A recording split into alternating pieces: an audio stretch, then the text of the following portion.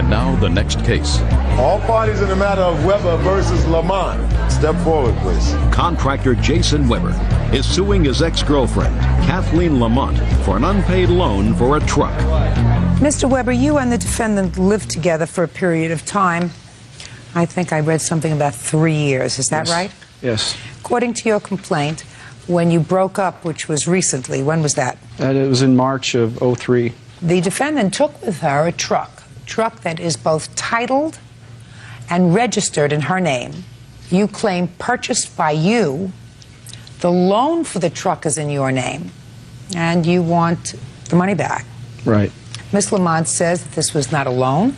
Ms. Lamont says this was a gift from you to her. You were living together. She came into the relationship with another car, is that right? Yes, ma'am. You sold that car, got her another car, then sold that car, and then bought this truck, and there was never any talk about payment by her. You're only seeking payment now because you're no longer together. That's your defense. Yes, is that ma'am. right? So I'd like you to tell me first who these people are. Who is this person? This is my sister. She a witness for you? Yes. A witness who will say what? That Kathy stated to her that I was getting a loan for her for the truck. And who are these people? My son and my boyfriend, Scott. Do they have any information with regard to this case, or are they just here for moral support? It depends on how it goes, actually. My son has been present during most everything that's happened. I'm not interested in most everything. I'm only interested in truck. I have a very limited focus. Okay. All right, Mr. Weber. When the defendant and you first began to live together, what kind of a car did she have? She had a '97 Dodge Stratus. And what happened to that car? At her request, I sold it. To whom? A friend of mine. And how much did you get for it? $3,500. And what did you do with the $3,500? Well, he's still paying me for it. I agreed to let him give me monthly payments on it. And then what did she use for transportation, Mr. Weber? She was driving my car, which was a '94 Ford Probe GT. And what happened to that car? At her request, I sold that one also. Okay, well, that was your car to sell. Right. And then what was she driving? We purchased a '99 Toyota Tacoma 4x4 pickup. When you say we purchased, what does that mean? I financed it, and she agreed to pay the payment. As you'll see, I took the $4,000 right off the top of the money that was owed on the truck, on top of the payments that she made on the truck. Explain that to me. I agreed to give her or pay off her car for a Christmas present, which was $4,000. Pay off her car. Which car? The '97 Dodge Stratus. I paid You mean for the when Dodge you Stratus. sold that to your friend, she had money owing on that? No. Yes, she had money owing on it, but I had paid it off, so it was free and clear when I sold it. How much did she owe on it? $4,000. Is that right? Yes, and he paid it off for my Christmas present that year. Is that what you did? Yes. Okay. Then you went and sold the car. Yeah. She didn't want it. She wanted the '94 But then Ford Probe. listen to me. If you went and sold the car afterwards, what kind of Christmas present was that?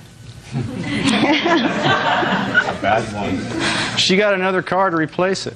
No, you said you gave her your car to drive. I did. You didn't give her another car. The other car, I assume, was in your She name. got her $4,000 back with the '97 or '99 Toyota truck. Mr. Weber, either you make a present or you don't, sir. If you say you made her a Christmas present in 2002, when you buy the truck, you don't make her another present Right. by deducting it. You made her a present. It was a gift. Goodbye. It's over. And what I don't understand is if you're a couple living together, I don't understand you saying, well, I'm going to buy a truck. Because you say, we purchased a truck. What were you driving at the time? I had a pickup of my own. Okay. So you bought this 1999 pickup. How many years ago? It was last year. Give me the date. It was October of '02. And in October of 2002, what were you doing for a living? Me? I was working at a Chevron as a cashier and going to school full-time. And what kind of work were you doing? I'm a contractor. Now, from October 2002 until when you broke up, which is in what month? March '03. Who made the payments for the truck? She did. Is that right? I made 5 payments on the truck, yes, from November to March. Well, then that sounds to me as if there may have been an agreement for you to make the payments on the truck, Miss Lamont. I agreed to help him out financially because he said he was having some problems, and I was only going to work until I was losing my job after March because I was starting an internship for school. So There were we a knew lot of I was other only- ways, Miss Lamont, that you could have helped him out financially. Making the truck payment was not... It wasn't a truck payment. It was a personal loan payment that he had. I have the title to the truck. I never knew there was going to be a loan on the truck in the first place. There wasn't supposed to be one. Miss Lamont, how much were you paying towards this loan each month? I paid $200 a month from November to March until I didn't have a job and how much was the loan anymore. payment? $200. Then you knew there was a loan payment. Mr. Weber, how much is owed on the truck? Oh, $5,100. Now, problem is she hasn't made any payments. Is that correct? Correct. Since when? Since March was her last payment. Have you made the payments? Yes, I have. In what amount? $200 a month. April, May, June. $600? Correct. You owe, at this point, $600. As a matter of fact, we're close enough to the time where you're going to owe him $800. But you are not entitled, pursuant to your contract with the defendant, to get an upfront amount of $5,100. You understand that? No. You didn't have an agreement for her to pay you $5,100. You had an agreement for her to pay you the loan. And there was not an acceleration clause that said that if she failed to make 1 or 2 payments, then the entire sum would be due and owing. Unless you have that agreement, I'll be more than happy to look at it. That's all I'm asking for is for her to pay the payment. Well, she's going to have to make the payments. Right now, she owes you what you've paid, which is $800. That works for me. Perfect. Judgment for the plaintiff in the amount of $800. Thank you very much. Madam, I strongly urge you to get this loan in your own name, or perhaps your current boyfriend can help you out with a loan. Thank you. Because he's going to bring you back to court every few months for money. You got it? Yeah, this is case number 240 on the calendar in the matter of Montani versus Smith. Parties have been sworn in, Judge. You may be seated. Ladies, have seats. Just step up here, please. This used to be your boyfriend, is that right? Yes, ma'am. All right. Miss Montani, this case is an interesting one, pretty unique even for me.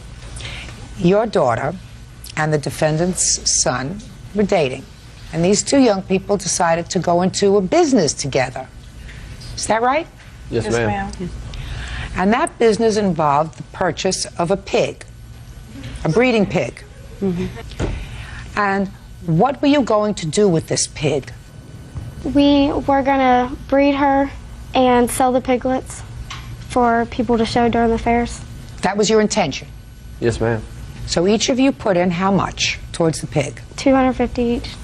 And when did you purchase this pig? June 3rd. Have a picture of the pig? Yes, ma'am. I have a few pictures. Now, from what I gather, the pig remained at your house, Mrs. Smith. Is that right? Yes, ma'am. And did, in fact, have 2 piglets. Had 10 baby piglets. And each of you kept 1, and you sold the others? Yes, ma'am. How much did you sell the others for? $100 a piece. At that point, you made $800. We kept 2. Each of us kept 1 each. Also to eat because they were smaller than the others. They were runts. I'm asking, you sold 8 piglets. No, ma'am. You sold 6. Yes, ma'am. So you got $600. Now, what did you do with the $600 that you got from the piglets? Crystal can answer that. She's got it broke down into what did they you do had with the done with $600? it. What did you do with the $600, Crystal? $128 on feed, $50 for warmer. We bought Nick's official dress for FFA, which was $76. Okay, so you spent the money on things involving the business Yes, with ma'am. this first litter. But then you each kept a pig. Yes, ma'am. And then I read that you went to a fair and your pig came in Second place. second place. And how much did you win? $1,100. And you got how much? 500 something. And you kept that money, is that right? Yes, ma'am. And you kept your $1,100. Yes, ma'am. So right now, this is so far really good business. This is a really good business. And a bunch of charming pigs. And a bunch of charming pigs. Did you see these pigs? Oh, lovely pigs. Some BLT, huh? Shh. Okay. Now, this lawsuit is about the fact that you two are no longer in business because you're no longer a boyfriend and girlfriend. So you want your initial $250 back, right? And also some investment that your mother said she gave them for cement for the pig pen. You're not getting that back. Forget it. Let's talk about the initial $250 investment. Do you believe she's entitled to that back? In a way, yes, ma'am, but the food also has cost way beyond that. Just a minute. Is this pig pregnant again? She was, but she's had another litter since then. Really? So since you're no longer boyfriend and girlfriend, she's had another litter? Yes, ma'am. And how many did she have in the other litter? She had 15, but 2 died. Okay, so that's going to give you $1,300. Yes, ma'am. She's only suing for $250. You know, when you're in business together, just because you break up, that doesn't mean that she's not entitled to a fair percentage of the business. That would include a piece of these 13 piglets. You understand that? Yes, ma'am, but that was after we had left, and that's after I was going to buy her out of her business, and that money came from my own personal money after she had left. She left. What do you mean she left? You broke up. Just because you broke up, the business doesn't die. You still got the pig. Let me try to draw an analogy that maybe you'll understand. Let us say the two, look at me. Don't look at your mother. Look at me. Let's say the two people stop playing with your papers. Let's say that two people decide to go into business and they open up a restaurant together. And they each invest $5,000 to open up the restaurant. And they make their money back, just like you did. Got your initial investment back, but this restaurant really takes off. And this restaurant is now worth a lot of money. People break up. Girl leaves. She says, I want my $5,000 back that I put into the restaurant. You should say, here, take it. Because let's say your restaurant at that point is worth $100,000. She'd be entitled to half of that. Not $5,000, $50,000. Well, she invested half of the money that it cost to buy your restaurant, Miss Piggy. And Miss Piggy, so far, is worth a lot more than her $250 investment. You had $1,300 that she didn't partake in. Judge Judy continues in a moment. $14,000 from an initial investment of $250. That is real good math. And all she wants is her $250 back. What do you think? And later today, he sent me a letter on March 23rd saying that I'm smart, I'm talented, I'm attractive. I assume that you became interested in a more than professional relationship with the plaintiff. Would that be a fair statement? Yes, Your Honor, it is. real cases, real people. Judge Judy. Terry Montani says Stacy Smith and her son, 16-year-old Nicholas Link, owe for the cost of a pig. All she wants in this lawsuit is her initial investment back. You should be very grateful, right? Yes, ma'am. Because in 6 months, your pig is going to have another litter of pigs. I don't know how many litters they have in a year. 2 probably. So let's say in any given year, they're going to have at least 20 pigs. Twice a year. You're going to make $2,000 a year. How many years can she go on and have piglets? She can only be read about 6 or 7 times. Well, let's see. So let's say you got minimum $2,000 a year times 7. That's $14,000 from an initial investment of $250. That is real good math. And all she wants is her $250 back. What do you think? Yes, ma'am. That would have been paid to her when this whole thing started, but it just wasn't $250 that she was asking for. She was asking for, I think it was $475. Right, she was. Well, I just told her that she wasn't going to get the $475. Yes, ma'am. If that wouldn't have been there in the beginning, the $250 would have been paid straight up. Perfect. Judgment for the plaintiff in the amount of $250. That's all. Parties are excused. You may step out. She came in the first year at the fair higher than Nick, and the second year she got more money through the auction. She didn't want to take the time to talk about it or discuss anything. Her jealousy of my daughter always making better, and it caused conflict. I don't know what she's talking about. I think Judge Judy did a good ruling, and I just want to get on and have the same opportunity that he had in starting a business. And now the next case. All parties in the matter of Arrington versus Boston. Step forward, please. Massage therapist Kathleen Arrington is suing former client, retired attorney John Boston, for the cost of her services. John is countersuing for the cost of his services, defamation of character, and for an injury to his thumb. Miss Arrington, you are a massage therapist? Yes, I am. And Mr. Boston is an attorney. Yes, ma'am. Are you practicing now, sir? I'm almost retired. I still have a license, but I don't have any clients at this time. Okay. Miss Arrington, according to what I've read, you and the defendant entered into a barter arrangement. You would provide him with massage therapy, and he would do some legal work for you, problem that you had with a phone company. That's correct. And it is your claim that you performed your part of the service. Yes, He did not. that is correct. And you are suing him for the value of your services because he didn't perform his part of the barter agreement. That is correct. Okay. And Mr. Boston says that you actually owe him money because he did provide services. He worked for many hours on your legal problem, and at so much an hour, he discounted it, so you owe him a lot of money. And in addition, he says that you weren't a very good massage therapist because you damaged his thumb, and he's had all kinds of problems, and he's had to go for treatment and therapy. He has his hand in a splint anyway. So this whole barter agreement didn't work out very well.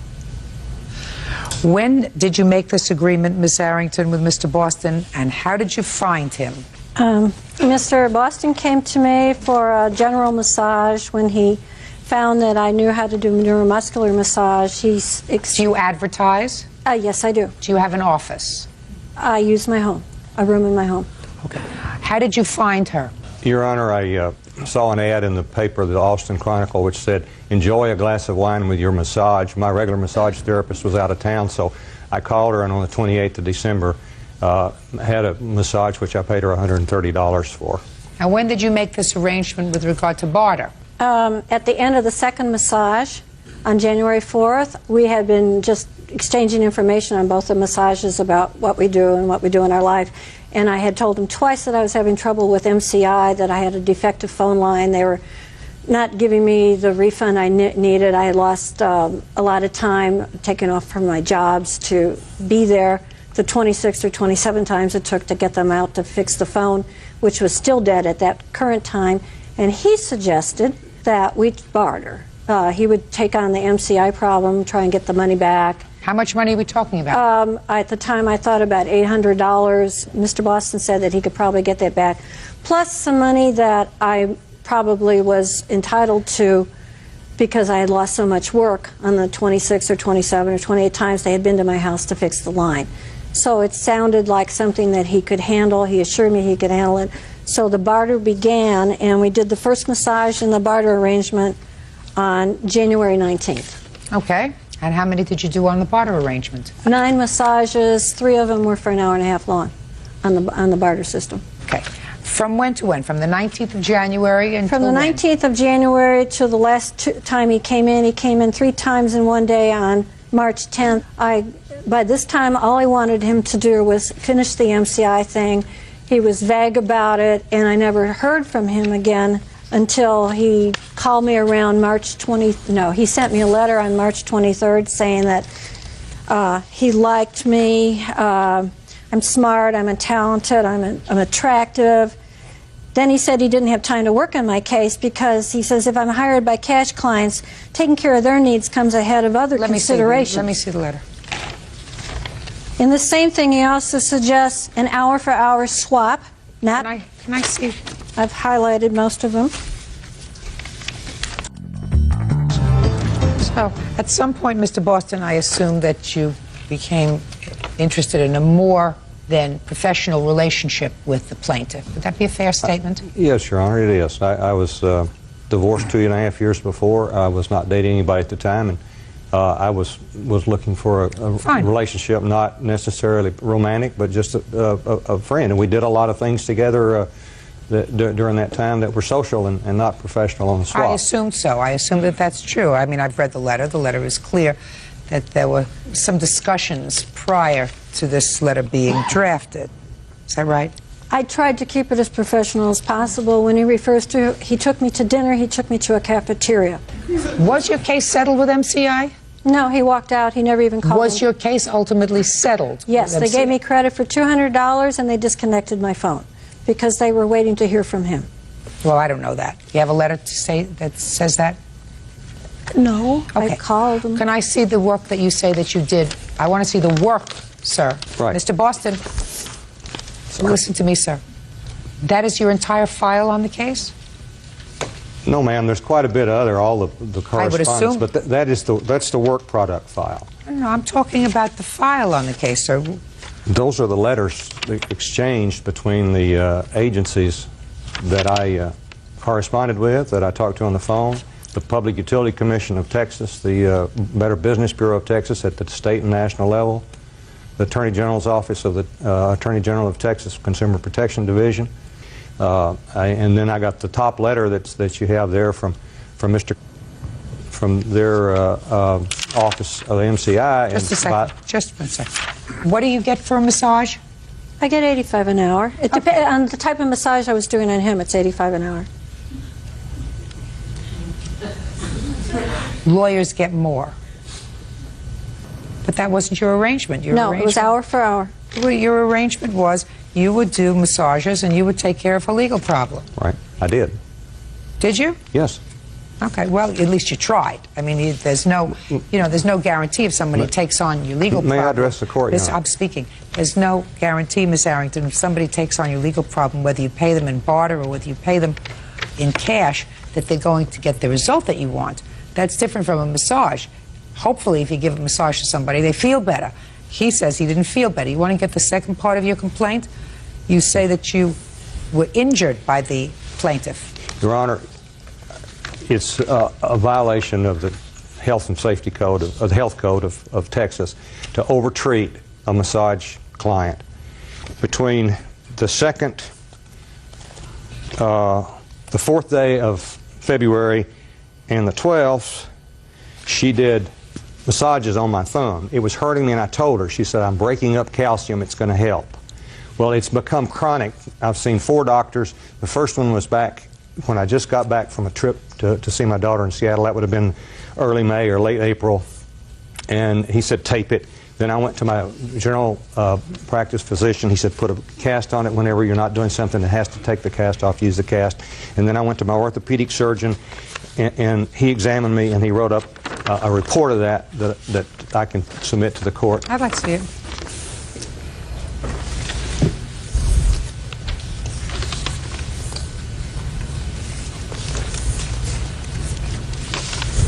Mr. Boston, you don't expect me to accept this as proof that the plaintiff injured you. You have arthritis in your thumb. That's what people get, arthritis.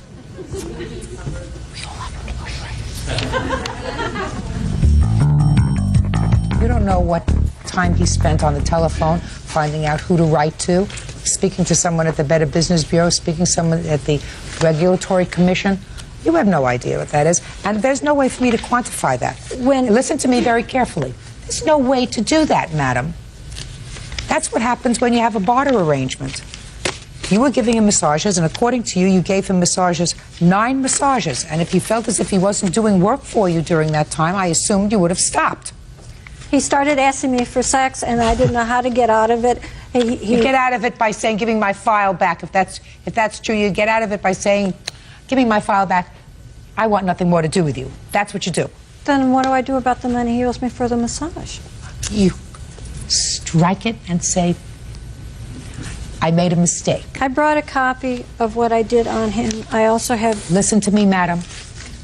I am not going to say what you did for him is worth more than the work he put in on your file. He did, in fact, in his capacity as an attorney, perform a service for you. The fact that you weren't totally satisfied with his service doesn't mean that you get the money back for the massages. Just like the fact that he wasn't totally satisfied with the massages that you gave him means that he gets any money back from you. Do I make myself clear? Both of you. You made a mistake. Next time, get paid for your service. Next time, get paid for your service so that you leave us out of it. Thank you very much. Goodbye. In the matter of Gorbach versus Dagrapont. Parties have been sworn in, Judge. You may be seated. Mr. Gorbach, you were hired by the defendant, according to your complaint, to be Santa during Christmas season at his store or mall. Is that right, sir? Mall. Is this your mall? Do you own the mall? No, I don't, Your Honor. Well, what do you do with the mall? I operate a photo promotions company that specializes doing Christmas and Easter promotions in shopping centers. And how long was the Christmas season? 6 weeks. Okay. And you claim, Mr. Gorbach, that you quit. Yes, ma'am. And when you received your final paycheck, you were shorted in pay. Is that right? Yes, ma'am. The defense says he gave you absolutely no notice, and that caused you some damage to your business. Correct. When did you start working for him, sir? I started work on November 13th. Did you answer an ad in the paper? Is that how you got the job? No, I had visited the mall a number of times, and one of the photographers had called me over and told me to call Mr. Dagrapont if I was interested in being a Santa Claus. And you did? Yes, ma'am. Okay. And were your duties explained to you? Well, the only thing we discussed was pay. I was over the phone, and he had quoted me $12 an hour pay plus overtime and a bonus at the end of the shooting in insurance. What kind of bonus? Well, it was dependent on the amount of money they made. Okay. Never accept a bonus based upon what somebody else tells you they're going to make. Yeah. That's not smart business. Okay. So you worked for a while, and what happened? Well, when I first started working there, I kept time. In fact, I kept time the whole time I was working, the amount of hours I worked and the days that I worked. And when I got my first paycheck, I noticed that the pay was not $12 an hour, I was told, no overtime was included. It was only $8 an hour. So when I talked to Mr. Dagrapont about this, he told me that I had misunderstood and that he had told me $8 an hour, but there'd be $1 an hour raise every year, and at the end of 4 years, I'd get $12 an hour. At the end of 4 years? Yes, ma'am. Go ahead. Well, this was, an oral agreement, and I figured, well, I didn't have anything to back up on, and I was having a ball. I enjoyed being Santa Claus at the mall. Were you working at another job as well? I had a couple of daycare centers that I did Santa Claus for, and I enjoyed doing that. I've been doing that for years. Okay, but other than that, you had no regular job? No, ma'am, I'm retired. You're retired. Okay. So I decided, well, like I said, it's an oral agreement. I can't back him up on it. So you decided to work So for I decided to go for the $8 an hour. Okay. So about 2 or 3 days later, Mr. Dagrapont came up there and told me, Santa Claus is smiling too much. Quit smiling. I said, well, everything I've read about Santa Claus, he's a jolly old elf. And I enjoyed having fun with the kids and all. And being as I was having fun, I would continue doing it. But when the job quit being fun, I was going to quit. So that ended that discussion. And then I think it was the following Thursday, when I was getting ready to leave the mall, 2 of the people in the mall came to me and told me I was going to hear some very bad news the next day, that they had overheard Mr. Dagrapont talking to one of the little girl photographers. All right, well, don't tell me what anybody else told you. What happened the next day? Well, that Friday, Mr. Dagrapont was in, and nothing. He worked there about 4 or 5 hours and left, and I didn't hear anything. But when we were closing down that night, one of the little girls called me over, the photographer called me over and said, Mr. Dagrapont says he wants you to stay on the seat, the Santa Claus sled, the whole time you're here. Don't get up and go visit the children. Don't go visit the adults. That'd be taken away from time. But when we're not taking pictures, that was fun. In fact, I encouraged quite a few people to come and get pictures by just going out there and visit them. So you went out in the crowd? Yes, ma'am. Okay. Well, I stayed within the confines. We had a little fence, and I stayed within that. But you didn't just sit in the sled? I didn't sit in the sled the whole time. Okay. And this was one of his employees that told you? Yes, ma'am. That you were to stay in the sled and not mingle? Yes, she said she was informed by Mr. Dagrapont to tell me that this was the new regulation. Okay. And you did, in fact, tell somebody that he was to stay in the sled? as required by our contract with the shopping center. Whatever. You did, in fact, make that I did. statement. I just want to make sure. So it was after that, sir, that you quit? Yes, ma'am. I called him that night and asked him what was the reason behind this. He told me the same thing. This is a requirement of the mall. And I said, well, I told you before, when the job quit being fun, I quit. So we had a lengthy discussion, and I told him, you know, tonight's Friday, have somebody else out here Saturday. Okay. And I quit. Now, when you quit, sir, on that Friday, how much were you owed? I had 46 hours I had worked at that time, according to my schedule. Okay, so 46 hours, and it was $8 an hour that you agreed to work for. Yes, ma'am. So that's $368, right? Every day. Okay. All right, Mr. Dagpont, let's hear you. Your Honor, Mr. Gorbash is a wonderful Santa Claus, and we really enjoyed having him work for us. But he has a little problem with math. I've brought the official records that are kept by the managers in the booth, as well as a copy of how he added the hours up, and I think if you look at it, you'll see that the math is incorrect. How many hours do you say you owed him, sir? The last paycheck, we owed him 37.5 hours. Okay. Did you pay him? Yes, we did. You did pay him? We issued him a check, yes, ma'am. Did you ever get a check from them for 38 hours? 37 and a half hours. You did? Yes, ma'am. So what did you do with that check? I contacted Mr. Dagapont and I asked him why I was not getting paid, first of all, for the $8 an hour that I was supposed to be getting paid, and that I was shorted hours. Just a second, you mean he paid you less than $8 an hour? Yes, ma'am. He cut my pay to $5.15 an hour. Did you do that? Yes, we did. Why did you do that, sir? That's going to cost you The money. fact that the contract, that oral contract that we had with Mr. Gorbash was one that he had agreed to work till December 24th. But he not only didn't work to December 24th, he quit 20 days early, failed to give us any reasonable time to find a replacement, even though we begged him to. And I just felt that unilaterally cut his pay. I felt that he breached the contract and I was no longer required to pay the agreed amount. Judge Judy continues in a moment. Come on, listen. I wasn't born yesterday. Being a Santa Claus at this man's age is not something that you sign on for with an annuity. You don't say, well, if you're a good Santa Claus, in 4 years we're going to give you more money. And later today, You left the defendant with your father's phone card. Right. Your father got a whopping bill. She made $849 worth of phone calls plus taxes and fees, which came out to $1,015. Big talker. Absolutely. Yes. Father phone card. Sit. real cases, real people. Judge Judy. Department store Santa Melvin Gorbash says promoter Don Dagapont owes him for work. Don says Melvin breached the contract when he didn't show up for work. All right, I'm going to ask you this question, Mr. Dagapont. Mr. Gorbash, I believe, based upon what little I've seen of him, wasn't doing this job for money, necessarily, because if he was doing the job just for money, he certainly wouldn't have quit. Right? Right. He had a good time doing it. I agree. He's retired. You get a pension, sir? Or- Yes, ma'am. I'm on medical retirement. So he doesn't need these extra couple of bucks. Tell me about the $12 an hour that you discussed with him when you spoke on the phone. Did you ever say to him, Mr. Dagapont, salary is between $8 and $12 an hour?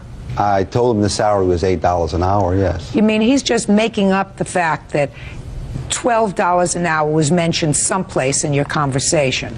Well, I may have said that we pay Santa Clauses between $8 and $12, but That's what I starting Santa Clauses That's make what I $8. just said, Mr. Dagapont. Well, you asked me. That you pay him between $8 and $12 an hour. So he didn't get the $12 an hour out of nowhere. Right. Now, you did, in fact, have a conversation with him after he got his first week's pay, and he called you and said, what happened to the $12 No, he now? didn't say that. He never called you after he got his... He met with me personally and said... Met with you personally. So he where met are with you... the $10? He never mentioned 12, he mentioned 10. But he has a little problem with math, so I'm not surprised that he didn't know 10 and 12 are different numbers. Mr. Dagrapont, he had a conversation with you, and he said, what happened to the original, let's say, $10 an hour? That's what he said, Your Honor. And then you said, well, I told you that we paid between 8 and 12, and we're paying you 8? No, I told him that the starting salary was at 8, but that I would throw in a $1 bonus if he stayed to the end as he agreed. Your Honor, I would have paid him whatever he asked if he would have stayed. In fact, this was a wonderful Santa Claus, and we did not want to lose him, and I didn't care what we had to pay him. He will hopefully remember me saying, Mr. Garvey, I was going to pay you the $10 an hour. Can't you please come to work like you agreed? Why didn't you pay him the $10 an hour initially that you had initially discussed with him? Because this is what we start all our Santa Clauses off. Come on, listen, I wasn't born yesterday. Being a Santa Claus during Christmas season at this man's age, right, is not something that you sign on for with an annuity. So when you sign on for it to work for 6 weeks, you sign on for it with a certain salary. You don't say, well, if you're a good Santa Claus, in 4 years, we're going to give you more money. I never said he may that. be delivering in the North Pole in 4 years. Mr. Dagrapont, that was never said by me, Your Honor. I want to tell you something, Mr. Dagrapont. I find your testimony a little bit slippery, to say the least. Well, I'm sorry I find to it hear a that. little bit slippery, and I tell you that for, among other things, that you had absolutely no right, because if I believed what you said, you had absolutely no right to cut his pay unilaterally from the $8 that you said you were going to pay him to $5. You didn't have a written employment agreement with him. If you had, he would have known exactly what he was going to make, not between 8 and 12 or 8 and 10. So you decided that he had to be punished for leaving you? What'd you do with the check that they sent you, sir? Well, I cashed it because I needed the money. Let me see the check, exactly what it was, because you certainly are entitled to the difference. Your Honor, if I may.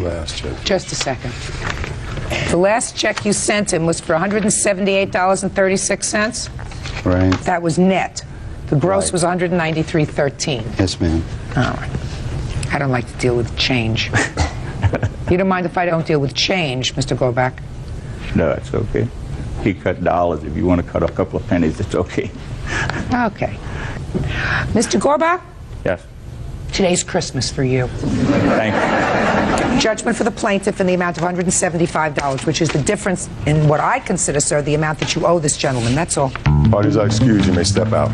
Thank you. Down in Louisiana, we don't go ho, ho, ho. You go ha, ha, ha. He's a wonderful Santa Claus, and I'm hoping that he'll... Yeah, this is case number 211 on the calendar in the matter of Hunter versus Franklin. Parties have been sworn in, Judge. You may be seated. Thanks, Bert. Folks have seats. You're welcome, Judge. Is the boyfriend here? Which one is the boyfriend? One in the burgundy shirt. Officer Byrd. He looks like a nice enough gentleman. Yeah. Does he look as if he's special enough to start a war over? I'm not a real good judge on guys. What do you think? I wouldn't start a war over any of them. There you go. Oh. Aren't you humiliated? Before we even start. Are you a nice girl? Very. And you? Yes, Think you're a nice girl? Yes, ma'am. Do you work? Yes, I do. That was a big pause there. What does that mean, a big pause? I work 25 miles away from home, and I go. What do you do? I'm a phlebotomist. Okay, which means you take blood. And you work for a laboratory? Yes, ma'am. How long have you been working for the laboratory? A year and a half. And what do you do for a living, Miss Franklin? I work at AT&T Wireless. How long have you been working for AT&T? A year and a half. Smart. Both in this terrible economy, both have good jobs, beautiful looking. What does he do? Nothing. Oh. Oh, I'm sorry. I'm just a second. Just asking. She wouldn't know. No, just a second. I just want to know. Yeah. She said nothing. What does he do? He's an administrative assistant. And how many days a week does he work? Can I interrupt, please? Right now. No, I'm going to get an answer. Okay. I'm going to get an answer. Come on. Actually, I'm going to take that back. She got him fired. Thank you. So the answer is he's not working. He's not. All right. He's searching. He's searching really hard. What I'm saying is he may not be a bad guy. But you are two nice, clearly responsible, hardworking, diligent young women who you claim she keyed your car over Prince Charming. She says you slashed her tires over Prince Charming. Prince Charming cannot pay my bills. Just a second. Don't jump up and down. Sorry. Stay still. You're making me seasick. I'm sorry. Miss Hunter. Yes, ma'am. Tell me when Miss Franklin keyed your car. It was the weekend of Memorial Day. And how do you know that she keyed your car? I got 2 witnesses here that saw her do it. Firstly, I just want to set up the situation. She came ringing the doorbell at 4 o'clock in the morning. It's not the first time. He used to be your boyfriend? Yes, used to be. I broke up with him in May. He proposed to me in May. I told him no. Okay. So she came to your house in the morning and she kept ringing the doorbell. This is according to my witness, because we were both asleep naturally, like any normal person should be asleep at 4 o'clock in the morning. Brian Matlock, he assumed that it was me because when my witness and I came in, he was on the couch sleeping. You all live together? No, no. I actually have a friend, Justin, who rents out a room to Kevin here. I've only known these people for about 8 months. And what happened was I was sleeping on the couch, and I was rudely woken to a doorbell ringing about 30 times. I looked at the people and mistaked it for Shauna and let her in, and I believed it was Shauna at the time, and I just went and laid down because she walked right to Kevin's room. And it was this young lady? This young lady. Now, what were you doing there 5 o'clock in the morning? Shh! What were you doing there 5 o'clock in the morning? I was not there at 5 o'clock. You think he's lying? I don't even know this guy, to be honest. I don't know her, but I knew her after all the lights came on. I've never seen him. Never seen this guy. He does not live at that residence. He didn't say he was living. He was sleeping on the couch. I've never seen him there. Okay, go ahead. So you let her in, and what happened? I let her in, and it escalated into an argument which carried out to the driveway. I, at that point, followed to make sure there was no fighting or anything at that point. I asked her to leave and told her that I was going to call the police. She told me, mind your own business, white boy, and keyed up the side of her vehicle. And you saw that? I watched every bit of it. And you say that never happened? That never happened. Okay, good. Now, this happened the early morning of May 24th, according to your complaint. Yes, ma'am. Then you say, after work on May 24th, something happened with your car, right? Let me hear what happened with your car. Kevin came to my house. He called me on May 24th and asked... Kevin, that's him. Yeah, that's him. He asked me to marry him. Let's go to Reno. I came up with some lame excuses. I told Kevin I was sick, I was tired, and my hair was not done.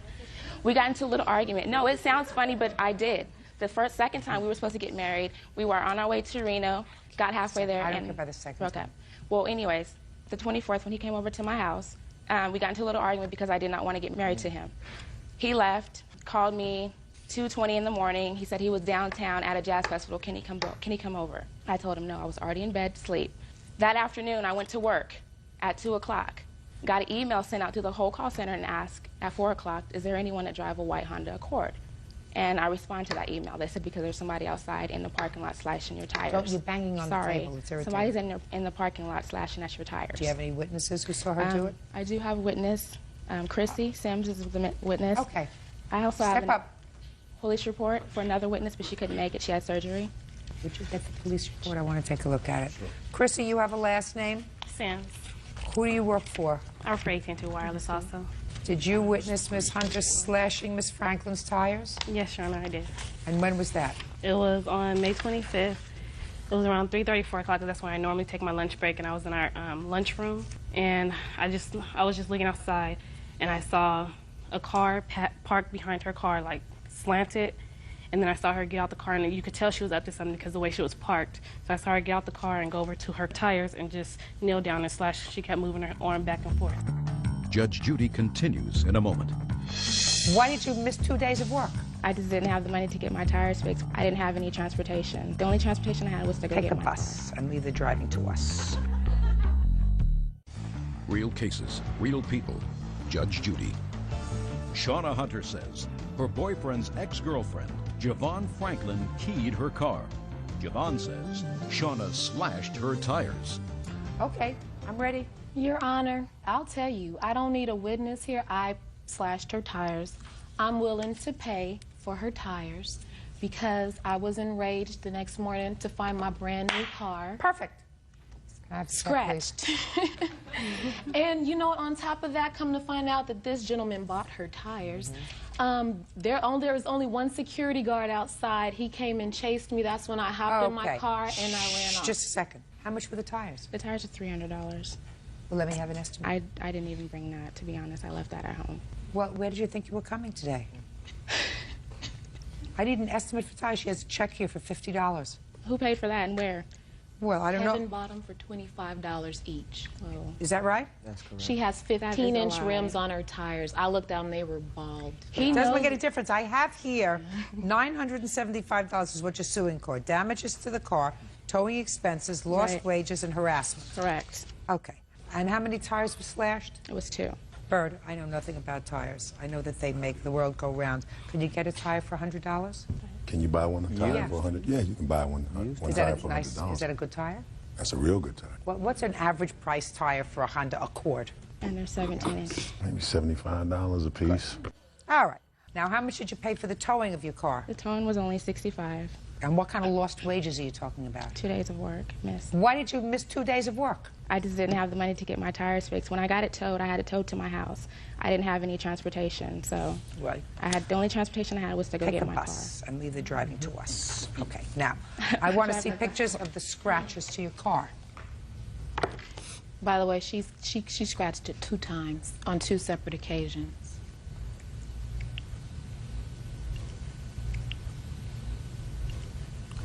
You have an estimate on painting it? Yes, ma'am.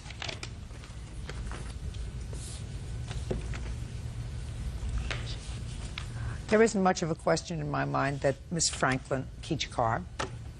She certainly acknowledged the fact that she slashed your tires because she was angry. Your Honor, I did not key her car. I would like to take a lie detective test if that's possible. Okay. Anyway, that's my finding, and I think that you two ladies should just cool it. I agree. Totally. And it's going to cost you some money to fix your car, and I'm going to do a set-off because I have a claim and I have a counterclaim, and after I did all the math, although you have a claim for some $1,100 for the painting of your car, you're going to get $785 because I have deducted what I believe is the cost of the tires and the towing. Judgment for the plaintiff, the amount of $785. That's all. Thank you. Parties are excused. You may step out. She's more than welcome to have me. She's actually doing me a favor. As soon as she moves on with herself, the better off she'll be. He said, I heard his heart for the last time, and I will pay for this.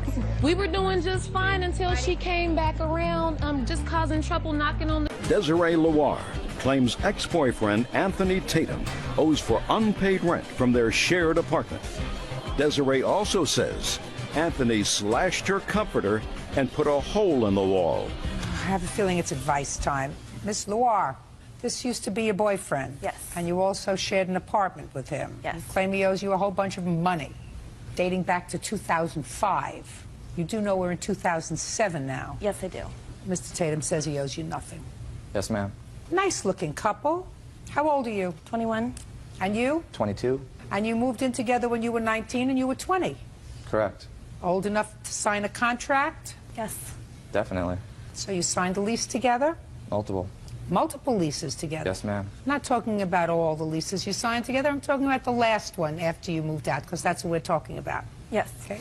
And it is the plaintiff's claim that you moved out, you owed her rent, you damaged some of her property, and you loaned him money in 2005 for some car insurance. That you don't remember. Do you work? Yes, I do. What kind of work do you do? I work at a Japanese restaurant as a bartender. And you? I'm a student. How do you support yourself? Currently, my parents do, ma'am. Have you ever supported yourself? For the past 3 years, yes. So you just went back to school? Yes, ma'am. What were you doing for the last 3 years? I was selling cars. Did you make a living at it? Very much so. Why did you decide to go back to school? I made a life-changing mistake of driving under the influence and lost my license. That's a reason.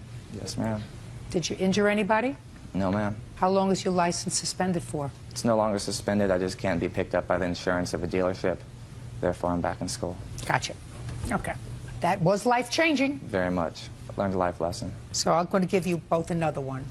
Don't ever move in with somebody and sign a lease together. Single people who want to try living together should always get an apartment that each of them can afford separately Isn't that a smart idea? Absolutely. So that if it doesn't work out, somebody says, this is my apartment, that was our agreement, you leave, I can pay the rent all by myself. Of course, I understand that by saying this, I will probably lose 40% of the cases that I try each year, but I'm willing to make that sacrifice for the purpose of the common good. Right? You will not lose a single case. You know, he says that because nobody's going to listen to me. But if they did listen, there's a certain wisdom in what I say. Yes, it is. That way, 2 people wouldn't be homeless, 2 people wouldn't have their credit in the toilet, 2 people would not have to go back to mama or whatever. You would be able to separate and say, it didn't work out. So you signed this lease together when? In September of 2005. And when did you move out, sir? October 30th of 2005. Are you still living in the apartment? No, I'm not. When did you move out? February of 2006. So you only stayed there for a couple of months? I was there for 6 months. November, December, January. You stayed till the end of February? September to the end of February. I'm not talking about September. He left in October. Did you pay October's rent? Yes, ma'am. No, he did not. Well, I don't know that. How do I know that? 2 years ago. Let's talk about November, December, and January. 3 months that you lived there, that he lived with you there for those 3 months. Nobody. I lived by myself. He refused to sign off the lease, so I was unable to. You say there was somebody else living in the apartment? Yes, ma'am. Her friend Tracy, who is also my friend, and her witness's friend moved in at the beginning of November. How do you know that, sir? Because I went over there and she was living there. You went over there when? To get the rest of my stuff at the beginning of November. How do you know she was living there? Because my friend was her boyfriend at the time and he was also going over there. That's completely untrue. Did she stay there? She stayed there occasionally. If we would. How occasionally? A couple nights a week. If we went out, she'd stay over. But no, she did not pay rent. None of her things were there. Well, you should have. How to pay rent? How many bedrooms in this apartment? 1. Where did she sleep when she stayed over? In my bed. So? Well, I don't think someone who stays 2 nights a week should have to pay rent. Why not? I guess. Was it your agreement with him to move out? I asked him to move out, yes, because then you pay the rent. Not paying rent. Then you pay the rent. Well, he should have signed off the lease, which he refused to. And what did you do? I couldn't do anything. He wouldn't sign off the lease. He kept threatening to come back and get the copies of the keys so he could come in and... Madam, where were you the last 2 years? The last 2 years, I've had my own apartment and house, and I've working and going to school. But where were you in the last 2 years? If you moved out in February of 2006, now we're talking about a year ago. Yes. Where were you in this last year? I was trying to collect money from him, but... But he weren't collecting. He didn't give you any money. Exactly. I couldn't. Well, then why didn't you sue him in March, April, May, June, July, August, September, October, November, December? Why? I was trying to be understanding of his situation with his car and everything like that, and he couldn't hold a job, so there's no way that he could give me any money. What made you stop being understanding? Well, because I'm just tired. It's ridiculous. You lived in the apartment with sometimes Tracy? You pay the rent. What else? He damaged my property, my couch, and stabbed my comforter. Forget the comforter. I'm not interested in the 2-year-old comforter. How did he damage your couch? He poured beer and dip spit all over it. When? On November 21st. That's not true, ma'am. You have a witness to that? I do. Go ahead. The day of November 21st, Desiree called me crying. I got over there. There was a gigantic hole in the wall when I walked in. The entire living room was trash, stuff everywhere, food thrown around. Where was he? He was nowhere to be found. Well, so you didn't see him do anything? He was there that morning. He was there that morning. Just a second. You didn't see him do anything. No, I didn't see him do anything, but the people that had stayed the night prior to that had seen him come over in the morning. Goodbye. Thank you. You have that Mr. Tatum was the cause of any damage to your property. Well, because he called me screaming after he did it. What did he say? I can't believe you had those guys stay the night. What guys is he talking about? We had been drinking at my apartment. I had friends stay the night. How many friends? 2. They had slept on the couch. And that's when he came over that morning to get his things. Yes. And he freaked out. How do you know that? Well, because they told me they were there. And then he came in with a tire iron and hit the wall. What? And poured everything on my couch. You have absolutely no proof that he did any of that. And if you have 2 friends that you allowed to sleep at your house after they were drinking who witnessed him do it... They didn't witness him do it. They witnessed him come in and make a scene, and then they left. and then he came back after that. He told me. I talked to him on the phone afterwards. Did you ever acknowledge to her No, that ma'am. you destroyed her property? No, ma'am. Time to move on. Time to move on and get over it. Do you understand? Yes. This is a court, not nonsense. Case is dismissed. That's all. Bye. Natalie Holtz claims ex-fiancé Thomas Parrish owes for breaking their lease and for harassing her over the phone. Thomas claims he moved out because of Natalie's constant nagging. Ms. Holtz, it is your claim that Mr. Parrish, who was a boyfriend of yours for a period of time, owes you some money for rent and also for harassing you. Mr. Parrish says that you're actually the one who's bothering him, that he contributed to the rent while he was living at the apartment with you and your children. But when he moved out of the apartment after a disagreement, he stopped paying rent. He's not on the lease. He feels no obligation to pay rent when he's not living there. Okay.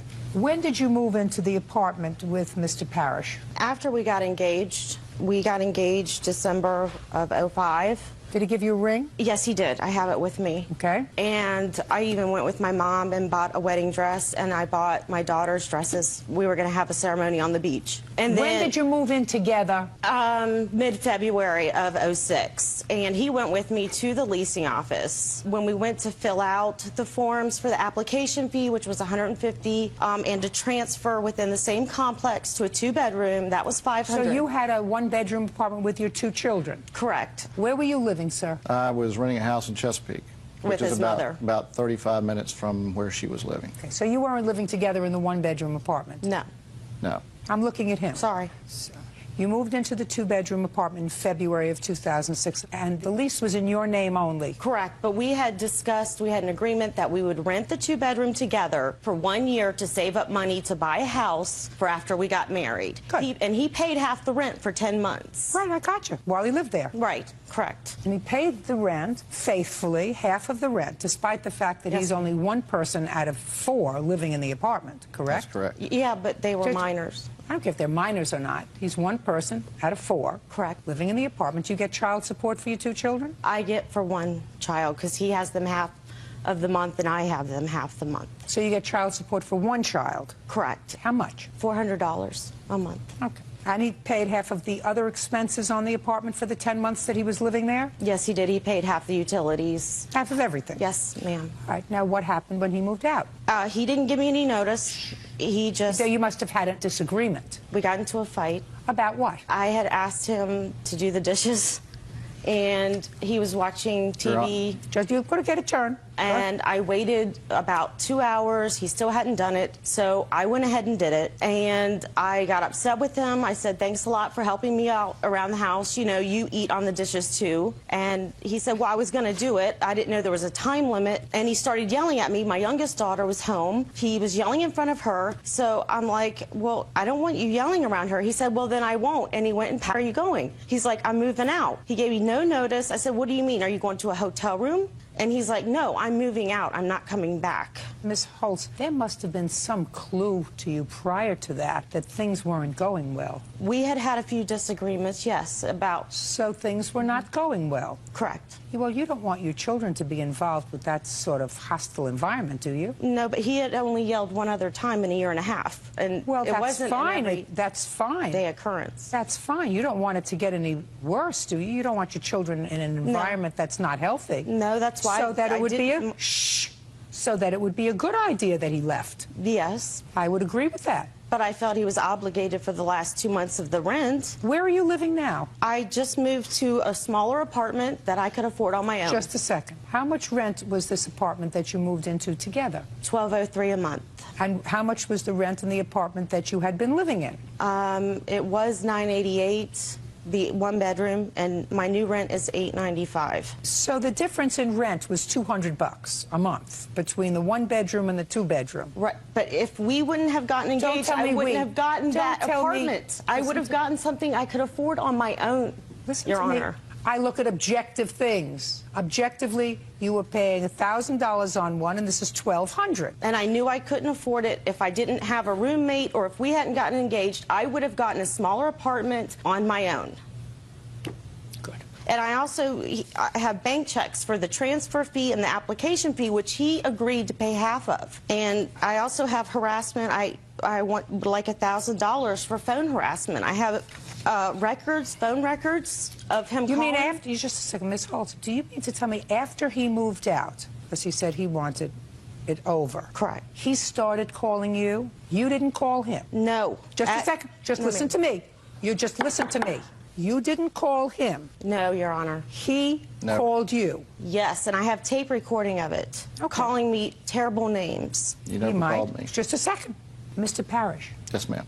When you left, sir, it is your claim that Miss Holtz called you. Yes, ma'am. What did she say when she called you? She called me a lot of adjectives that I won't use here, and I left. The reason I left was more than just the dishes. Go ahead, sir. To back up and give you some background of just that day, I won't be long-winded. It was a Sunday morning. I had some work to do. I was going to do it early in the morning. Instead, I put that work off until the afternoon. While she laid in bed, I did the dishes, fed the kids, cleaned the kitchen, did 2 loads of laundry, put all that away, spruced the house up while she's still in bed, asked her if there's anything else I can do before I went and did my work. No, everything's fine. I went away and worked it took me about 3.5, 4 hours. I came back. What kind of work did you do? I'm a small contractor. Go ahead. It took about 3.5, 4 hours. I came back. The NFL football playoffs were on. I watched the second half of the first game. The next game was the Dallas game, which I'm a huge fan. She knows that. I sat down to watch that. In the meantime, she had gone in the kitchen and started going off about everything. I had left a Walmart receipt on the counter from where I bought some groceries the day before, which I bought my share and then some of the groceries for all 4 of us. She started griping about the receipt on the table. You know, why'd you leave this receipt here? You want money from me? I said, did I ever ask you for money? Is this why you left the receipt? She, on and on and on. This goes on for over an hour. It's not true, Your Honor. Shh, don't interrupt him. After the conclusion of that, she goes and stands in front of the television, or not directly in front of it, but right beside it, hand on her hip, and says, you've watched one football game, now I expect you're going to sit here and watch another one? And I looked at her and I said, yeah, I'm going to watch another one. You know, I'm a Dallas fan. I'm going to watch the game. And she said something, and that was it. That was the straw that broke the camel's back. I got up. I had some shirts and some clothes in the apartment. She goes, what are you doing? I said, I'm leaving. I've had enough. Your Honor, he never works on Sundays. He hates working on Sundays. He did not go to work Your that Honor, day. What difference does it make whether he Because went to he's work or lying. not? It's showing that he lies. I He's did go to lying. work. Miss Holtz, if something doesn't make sense, it's usually not true. And what doesn't make sense to me is I listened to him only for a couple of minutes, and I've made a judgment, because I'm usually good at making judgments, that he's not a nut. Thank you. I don't. You haven't heard this. Oh, I don't think he's a nut. I think maybe he was stretched to the limit, but I don't think he's a nut. And I think when he left, he probably would have left you alone. But you started bugging him because you were angry, just as you are angry right now. You are so angry right now, you can't even contain yourself. I'm just nervous, Your Honor. You're angry. You're still angry. I'm angry at what he called me, yes. He called me very vulgar and obscene things, and I don't deserve that. I'm going to ask you again to answer my question and answer it honestly. After he left that day, who called who first? He called me. First? Yes, he called me 27 times. Just a second. So what did he say, Miss Holtz, when he called you after he left? He said that I only think about myself, that I'm a self-centered, and I can't repeat what he called me. And yes, I did call him once. I asked him for my key back. Just a second. My question was, who called who first? He called me first. I have the phone records. You have a phone record that shows all your outgoing calls? Yes, I do, but his is first. Great. Let me take a look at what you have. Put a mark next to where you called him. I'll put a star where I called him. All the other check marks are him calling me. Just go back to the beginning. The beginning is where he left on the 6th.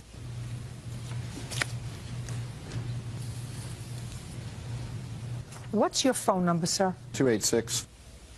At your mother's house? That's my cell phone. That's the only. At your cell phone? That's the only phone I use, yes, ma'am. Well, on the 6th, madam, 286 is outgoing. It says incoming. Outgoing, outgoing, outgoing. Then you have a couple of incoming. But on the 6th, I want you to point to where I've checked this off, please, and let her look at it. All the highlighted ones. Okay. I'm not talking highlighted. Look at where I made the check marks. That was in the afternoon. He was still home. Or he was still, he hadn't moved out yet. That was in the afternoon. Why would she call me? The next day. It's the next day when he started harassing me. Listen to me. Okay, give it back to me. Incoming, incoming, incoming. These are all incoming. Miss Holtz, you don't want me to think you're a nut, do you? No, ma'am. On the 6th, according to you. That night. I'm speaking. You called him at a time when you said he wasn't out working, because you said he doesn't work on Sundays. So clearly, you called him at that cell phone number, 216, 252, and 252. Yes, he went to the grocery store. So what'd you call him 3 times for? He called me, and I called him back on several occasions. So he went to the grocery store for whom? For all of us. We all had to eat. So he was out on family business? Yes, before we got in a fight, yes, ma'am, he was. After I finished working. Just a second. Okay.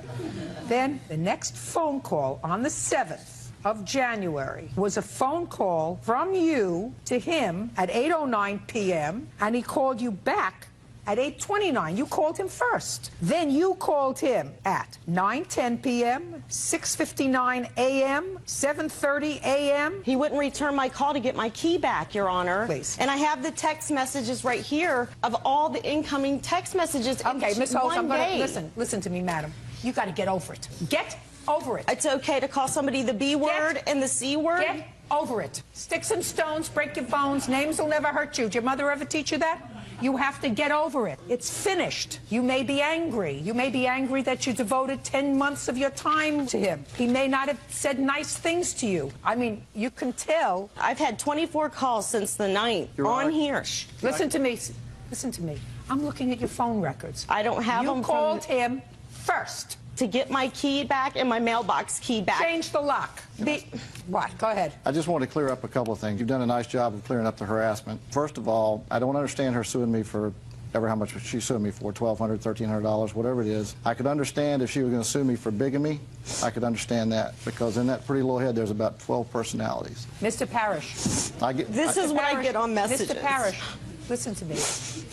Not necessary, sir. Okay, I just letting you know. Let him show his true colors. Not necessary. Okay. She may be stressed. She's a single mother. She's a good mother. She's a single mother. Takes care of the kids. Money, I'm sure, is tight. I'm sure it was much more comfortable when you were there. I understand. Much less stressful financially when you were there. You're not there anymore. A life she anticipated is over. But I don't think that you're responsible for any rent when you weren't living there. I think that you took care of more than your fair share of the bills when you lived there in a family that was really not yours. You left. The responsibility is hers. She was angry. And these phone records do not support harassment on your part, sir. I mean, common sense dictates that if you left, you would have been just as happy to be left alone. Period. But very hard when you are stressed to deal with that kind of change. I get it. But you're not entitled to any money, Well, madam. we had The a case is verbal dismissed. agreement, That's Your all. Honor. That's all. Connie Adams says former friend Richard Hood owes for rent, loans, and harassment. Richard is countersuing for the return of his truck. Ms. Adams, the defendant was a friend of yours who, according to your complaint, you were allowed to move into your home. Correct. You claim that he owes you some money for rent and for harassment and for a small loan that you made to him. Mr. Hood says that, as a matter of fact, he owes you nothing.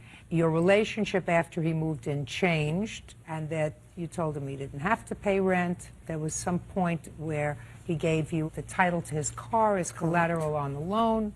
It got very, very ugly, and Mr. Hood says that you actually kept some tools that were in his truck.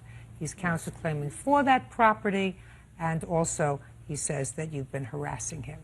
Is that right, Mr. Hood? That's correct, Your Honor. All right. Mr. Hood, how do you know Miss Adams? I did some work on her house about 3 to 4 years ago for another contractor, and I met her at a bar about a year before that, and did the work on her house, and when I got done, she was wanting to do some further work, so I said okay, and me and my girlfriend, we had a falling out, we split up, and I was asked to leave, and I went to Miss Adams and I said, would you care to trade the work for the rent?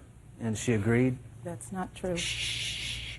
Well, it is true, because that's what you say in your complaint, that initially he asked to move in, and you agreed that until he found a job, because you didn't have a job at that point. Correct. According to her. But he had one lined up. According to your complaint, you said, well, you can do some work around the house until you start your job, and then you can pay me rent. Is that what she told you? Yes, Your Honor. Oh, okay. When did you move in? It was around January. It was like maybe right around the 16th. And what work did you do in the house? She had a bathroom, didn't have enough plywood on the floor, so when you set the toilet down, the wax ring wouldn't fit right, so I had to build up some plywood around the toilet. How long did that take you, Mr. Hood? Probably a couple hours. What else did you do in the house? I patched holes in her walls. She had various holes. How many various holes did she have? Probably about maybe 5 or 6. 5 or 6 holes. With your 2. hands, show me how big the holes were. Just like pinholes were. Little holes? They're little tiny, like nail holes. It was where a towel shut rack up. had fallen off the wall. Listen to me. Okay. Speak not. Sorry. Little pinholes. So what you do is you go to the store, right? You get a little tub of that putty stuff. You go like this, you put it in, you smooth it over, Yes, right? Your Honor. There was like maybe some like that too as well. Oh, where big she nail. pulled a picture. Big ones, so that you had to go like this Yes, Your Honor. instead of like this, right? Would you Yes, say Your it took you 20 minutes? Yes, Your Honor. So that now we have 2 hours and 20 minutes. What else did you do? She wanted a wall framed in her basement, which I told her then I wasn't a framer either, so the wall would look good. To the eye, it would look good, but it wasn't perfectly level. I didn't have levels. I had very little stuff to work with. But I had just enough, and I got the wall built. You built a wall, Yes, Your Honor. an unlevel wall. Yes, Your Honor. And, Mr. Hood, how long would you say that it took you to build that wall? Probably about 5 hours. What else did you do? I'm not. That's about it. Okay, so that we have, and I shot. Put it down. So this is what we have, Mr. Hood. We have 2 hours, 20 minutes, and 5 hours. That is 7.5 hours. That is a full day, right? Yes, Your Honor. You moved in on what date? The 16th of Yes, Your Honor. January? On what date did you start to pay rent? I think it was like a month, roughly about a month after And that. how much was your rent per week, per month? What did you decide? She decided she wanted to make it $100 a week. $100 a week. And you worked for a day. And you lived there for a month before you started to pay rent, Yes, Your Honor. according to you. So that would mean that you owe her 4 and something weeks in a month. Let's say you have $450 for rent. So let's say I'm going to deduct $50 for all the work you did for her. Okay. $50. Is that fair? Yes, Your Honor. This is too easy. And when did you move out? It was probably right around March. I don't know the exact date. Miss Adams does. What day in March, Miss March Adams? 30th. Oh, January, February, March. So he lived there about 3 months. How much did he pay you in rent? $200. When? In what month did he give you $200? The last 2 weeks he was there. What'd you let him stay for? Well, I felt sorry for him because he was fighting for his children, and I took in the whole story about how the state had the kids in foster care and they were turning against him, and he hadn't seen the kids in months. He needed a decent place to stay where the children could come. And my heart went out to him. And once I let him move into the house, the state was allowing the children to come see him on Sundays, sometimes Saturdays, at my home, in my presence. Is that true, Mr. Hood? Yes, Your Honor. Okay, go ahead. And I felt sorry for him, and I felt sorry for the children until I found out what he was really like, and I believe the children are better off where they are right now. Why? Because they're on a farm with their aunt, and these two are in the bars nearly every night. He met me in a bar. I was DJing at that bar. I wasn't drinking. I was the DJ there. How do you know that they're at a bar every night? I know several bar owners in town because I do DJ work. How many children do you have, Mr. Hood? I have 6 children, Your Honor. How old are they? One's 21, one's 10, and little girl's 17, one's 18, and then the 2 and 3-year-old. When was the last time you lived with any of your children? Roughly about a year. And then the state removed them? I was removed from the house because of domestic violence. You were? Yes, Your Honor. All right, Miss Adams. What else? I have receipts for the loans that I gave him. Let me see it. All of those are receipts. And his bar tab. I don't care about his bar tab. All these checks that you have circled are made out to cash, Miss Adams. Right, because he doesn't have a bank account. I had to get cash to give him. It says in the memo that it was a loan to him on 2 I of don't them. care what it says in the memo. Ma'am, he truly does owe me that money on that loan. He truly does. You want to tell me about the lawyer's fee? Yes, I do. He was in court at family court, and his attorney was not going to represent him. He called me several times, very upset, because he knew then he was going to lose guardianship of his children. And I said, I don't know what I can do. I don't really have a lot of funds. When was this? And he said, I think February 24th, January or February 24th. Did you give your lawyer money on about the 24th of February? Yes, I did, Your Honor. From her? Yes, you I did. drove it How over much? to the court. It was about $120, yes. How much? $150. Which I paid her back. He Show did me. not. I don't have any receipts, Your That's Honor. too bad. Okay. When did he leave and why? He left the end of March because I had him removed from the home. Because Why? well, first of all, he was sexually harassing me, trying to come in my room when I was dressing after I'd come out of the shower. Not true. He had his hands all over me at his birthday party. Who is this? This is my 23-year-old son. And All right, several events. at that point he left. Did the police put him out? They came as standby, and I do have the standbys that shows the police presence for him to remove all of his possessions, with the exception of the truck, because I had the title to the truck as collateral, and I showed it to the police officers. Then he went and said he had lost the title and went and fraudulently got another title for the truck so he could come get it. And the police escorted him there. If there was anything missing out of the truck, he would have complained to the police at that time. Okay, I assume he has a police report where that's indicated. Do you have I a don't police have any police report. She said I could come back. No, I did not. She said I could come back and No, get I the did stuff. not. I got most of it. There was some Good. stuff Well, I if you forgot. then you should have gotten all of it, sir. Listen to me. My sense is that at some point or another, felt as if the money that you were laying out for him, he wasn't paying you rent, he certainly wasn't doing work around the house. He was drinking. There's no question about that because he didn't stop drinking for the 2.5 months he was living with you. If you're walking around with shades over your eyes, don't come to me to complain. He had a job the very next day that he was going to start at $27 an hour, and I knew once he started working, I was going to get paid. But That's you why I didn't. got his But tools according out, to 'cause you, he needed you the didn't. tools. Well, then he started the work on the wall, and the work that he did is so substandard that it's Listen going to to me. cost me $1,500 to fix what he did. Well, that's your problem. I don't think it is. It is your problem because you're a big girl. I really thought he was getting his life together for his kids. I used to be a preacher's wife. I went to Bible college. I was trying to do what we've been taught to do. I've learned now it doesn't pay to help people unless they're related to you. And even then, not always. Let's get to your counterclaim, sir. Your counterclaim is for the tools. I'm dismissing that part of your counterclaim because unless you have a police report that indicates you still had tools in the truck, you got your truck back, you got everything back. If you're missing tools, that's too bad. Okay. So far, you owe $550. He owes more than that. I also have telephone tape recordings where he tells me he owes me at least $900 and that he will pay it. I have a transcript and the tape right here. Oh, well, that I'll hear. You have a tape that says he owes you $900? That's correct. And that he wronged me. And that he didn't expect me to give him the truck. Well, he said he didn't expect me to give him the truck until he'd paid for it.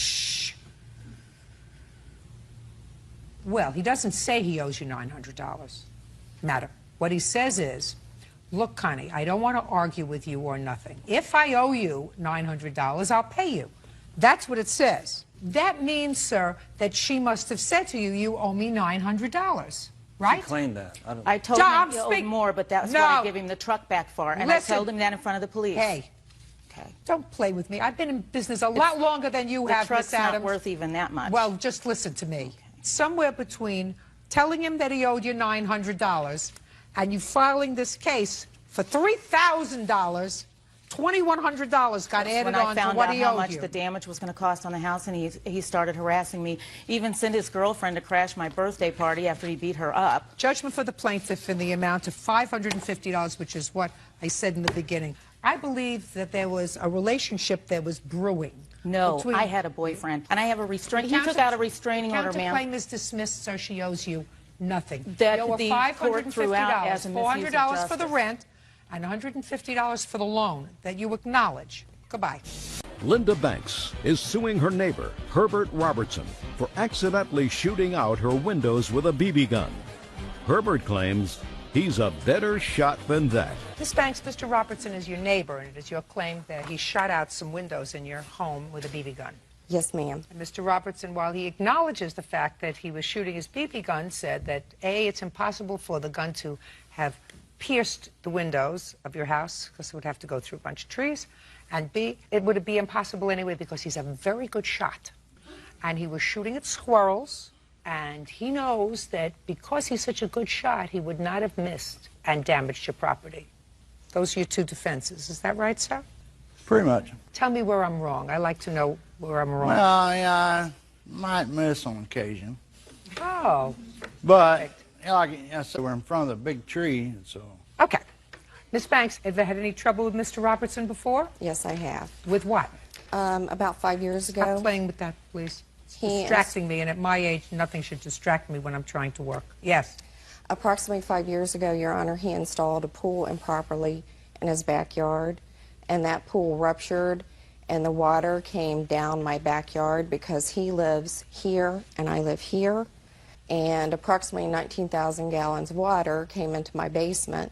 And what I did was I asked him to come over to survey the damage. He did, and his comment was that it wasn't that bad.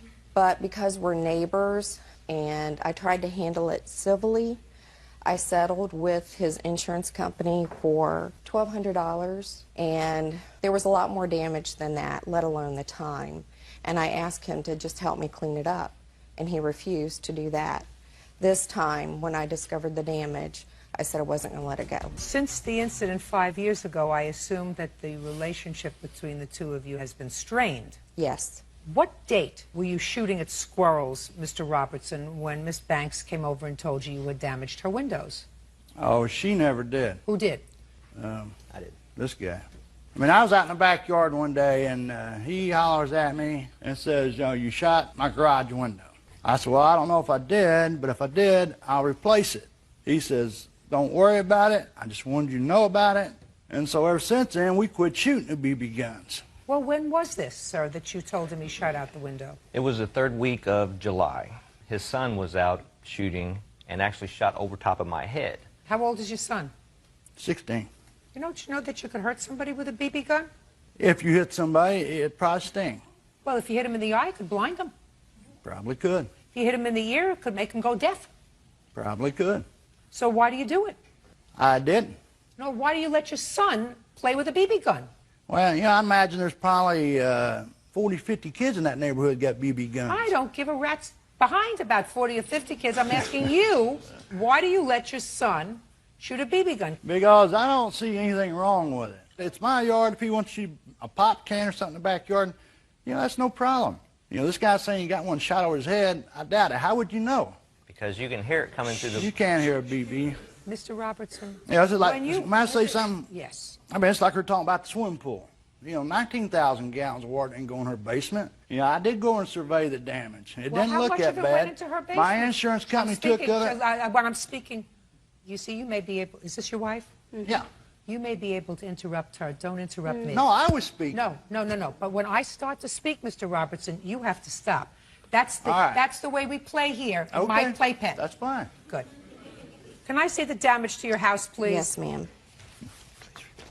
I have police reports as well, if you would like to see those. I would. And then also I've included estimates. Good. How many windows? 3 windows, and then the truck windshield. Well, either you or your son have lousy aim, sir. Would you mind asking this man if he did agree, that I told him I'd take care of the window, and he said, don't worry about it. I just wanted you to be aware of it. Because after that date, we never shot anymore. When you first... Shh, don't answer him. It's like rock damage to me. No BB did that. Yes.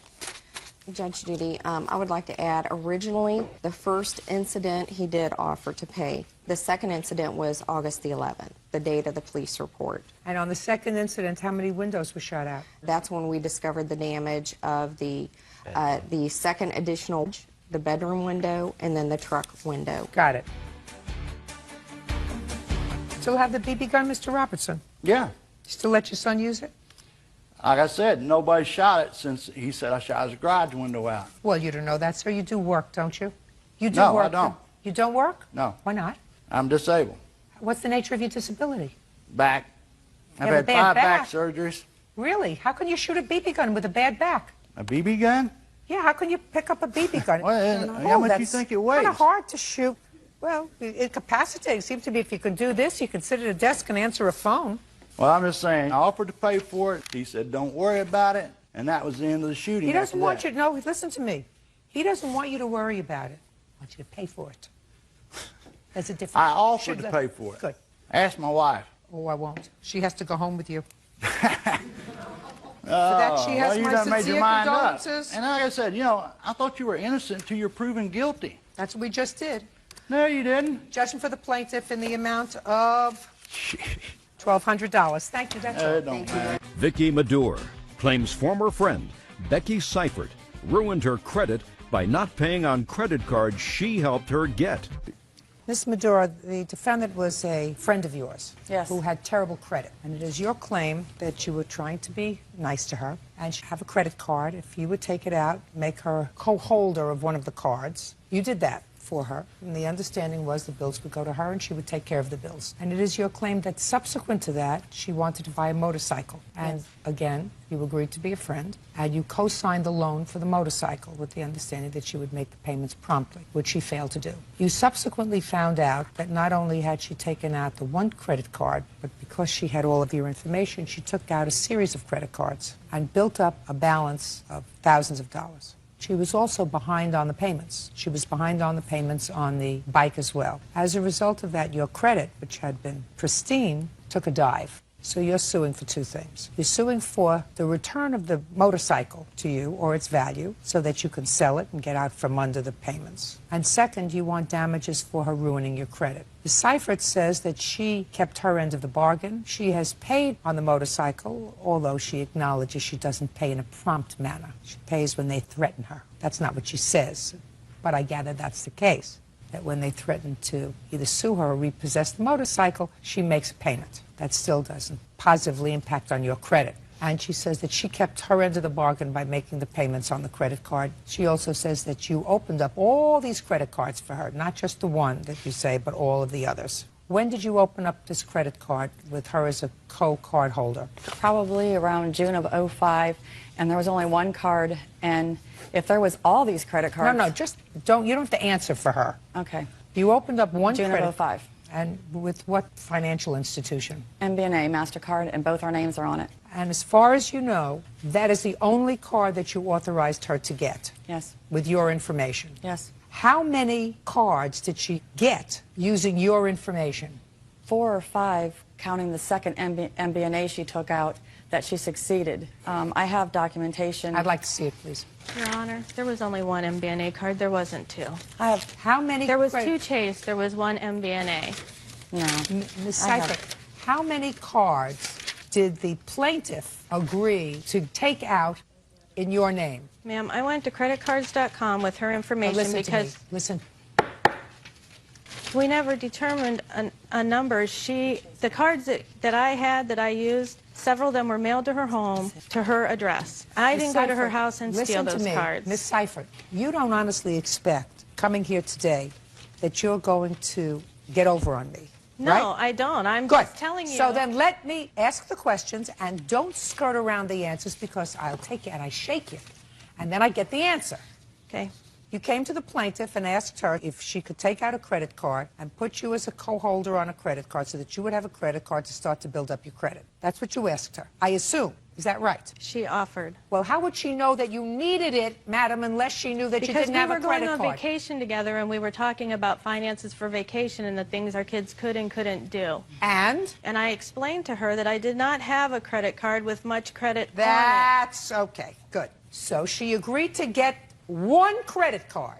Now, after she got the one credit card in June of 2005, when did you apply for the other credit cards? I did it all at the same time on creditcards.com when I got the one credit card. Just a second. I told you, don't play with me. I'm smarter than you are.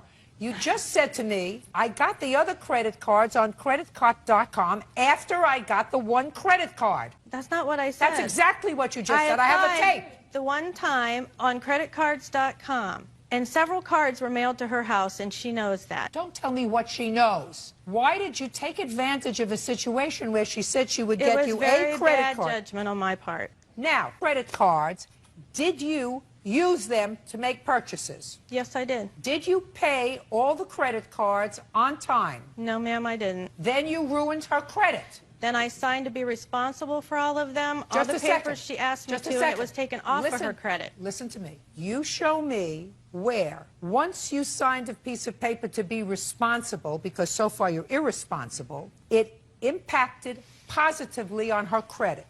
Show me. I don't know where it acted positively, but she was even told it was taken off her credit after the affidavits were signed, and I also have 2 receipts for $6,500 we've paid her. Just a sec. For? Towards the credit cards. Well, and you didn't towards pay it money to her, owed. you paid it to the credit card for No, things that we you gave bought. it directly to her to take care of it. Doesn't make any difference, madam. Don't you get it? Once you become a deadbeat in the credit card world, you don't automatically become not a deadbeat just because you pay the credit card. You remain a deadbeat. But they said that because they called it Don't tell me- fraudulent, it would come off of her report. So you acknowledge that you fraudulently No, applied? she made me sign those papers because if I didn't, because I'm on probation, she was going to call my probation officer, which she threatens to do all the time. Sounds like a great idea to me. Now, let's get to the motorcycle. She also co-signed a loan for you for a motorcycle. Is there any reason why you did that, madam? I was trying to be good-hearted, which I will never do again. You have children? Yes, I'll never even co-sign for my children. I've learned a lesson the worst way. Okay. Now, do you pay for the motorcycle on time? No, ma'am, I haven't. Which means that you have destroyed her credit. Yes, ma'am, I probably have with the motorcycle. Good. Now I'd like to see what papers you have. They asked me to bring, I brought a picture of the motorcycle. She wants the motorcycle back, but the title is solely in my name. So if she wants the bike back, she's going to have to get my name off the title that she lets ride that bike, and she's not capable of riding it herself. Just a second. And then I have a when statement did now you- that shows that all my payments are current. You make your payments late. Well, I mean, it shows that I'm current right now. I don't care whether you're current right now. You make your payments late. Can I see the title to the motorcycle, please? When did you co-sign on the motorcycle? October '05. How much have you paid on the motorcycle? I've made all the payments except the one she made, and I How paid much her back do for you them. pay? $250 a month, ma'am. How much is the loan? She owes, right now, there's still almost $12,000 owed. Right here it is. $11,818.42 owed. Who are you? Becky's boyfriend. Stand up. What do you do for a living? Run a rubber mill. You earn a living? Yes, ma'am. Well, why don't you refinance this motorcycle? I already have one in my name. So what? I don't know, ma'am. What? This was between them. Well, I understand that, but you live with her. You sleep with her. Yes. So why should she be on the hook for her bad credit? She was having trouble with her credit way before us. I'm I mean, asking you a question. I just said to you, she sleeps with you, you live with her. Why don't you, the two of you, refinance this motorcycle and get it out of her name? well, I've got too much in my name right now with my house, my cars, and my motorcycles, so Your motorcycles? I have 2 motorcycles, yes. Well, why don't you sell one? Because I like them. Yeah, but you have a problem. You live in a home with this lady, and she's got a problem. So why don't you Right, help her and- fix it? Well, I did. I took out a 401k loan and paid off the credit cards that she had with her to help her out. I mean... What does she do? Huh? What do you mean, huh? What does she do? What does she do? Yeah, what does she do? As far as As far as a livelihood. she works in a doctor's office. She make a living? Yes. So why doesn't she refinance it? Your Honor, I don't know. Why don't you refinance it? I can't get it just in my name, Your Honor. Well, maybe you can get it in his name. He owns his own home. Well, we haven't tried that, but the last time he tried to get a loan, they said he had too much credit out. Then why don't you sell the motorcycle? I just haven't found anybody that'll buy it. It's not worth what we owe on it. Now, she says she wanted to sell it. Her problem was she couldn't get what was owed on it. So you would have no problem signing it over to her, right? As long as it's out of my name, I have no problem, and I've told her Fine, that before. absolutely perfect. Have her sign this over to her, That's please. a memorandum title, ma'am. So? But that is not the actual title. I understand Okay, that. that's The what I'm actual asking. title has a lien on it. She can deal with it. As a matter of fact, we'll prepare that Okay. order that you'll sign. That's fine. Good. Now we know that this is now your motorcycle. We will prepare that order. Now you're suing her for $3,000 because in addition to the return of the value of the motorcycle, you want damages for ruining your credit, right? Yes. And hopefully the $3,000 that you're suing for that will help compensate you for the loss that you're going to suffer on the motorcycle. Do you understand? Yes. Very good. Judgment for the plaintiff in the addition to the order that this will now be in your name subject to the lien, judgment for the plaintiff in the amount of $3,000. That's all. Thank you. Edwards for breaching an agreement to support her in his San Diego home.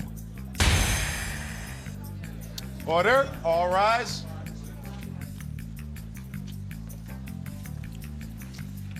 Yeah, this is case number 299 on the calendar in the matter of Griffin versus Edwards. Parties have been sworn in, Judge. You may be seated. As I see. Now, Miss Griffin, I'm going to be honest with you. I understand what you say in your complaint. Right. But I don't believe that this states a legal cause of action. You're suing him because you say that he enticed you to leave your home in one place in California and move to San Diego because he said you were going to marry. Right. Okay. And that didn't work out, so you want $5,000. Actually, the $5,000 is for costs incurred by me after I left my job, my home, moved to San Diego, and then 6 days after I arrived in San Diego, he basically threw me out. I was ineligible for unemployment because I resigned my position. I had nowhere to live, and I had no source of income.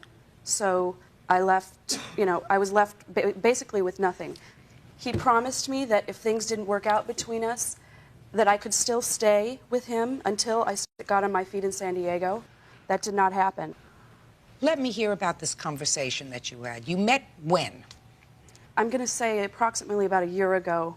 We were just friends for some time before we started dating. And then you started dating, and it was a long-distance dating relationship. Is that right? Right. It was very short. What do you mean it was short? It was very short, a very short courtship. It was a long-distance dating relationship, though. Right. You lived in Los Angeles, and you live in San Diego. Correct? Correct. All right. So it was a short relationship before he asked you to come down to San Diego? Yes. How long? Approximately a month to 2 months. How old are you? I'm 27. I'll be 27 next week. So you know the guy a month, and he tells you what? He says that he wants me to move to San Diego, move in with him. He wanted to marry me.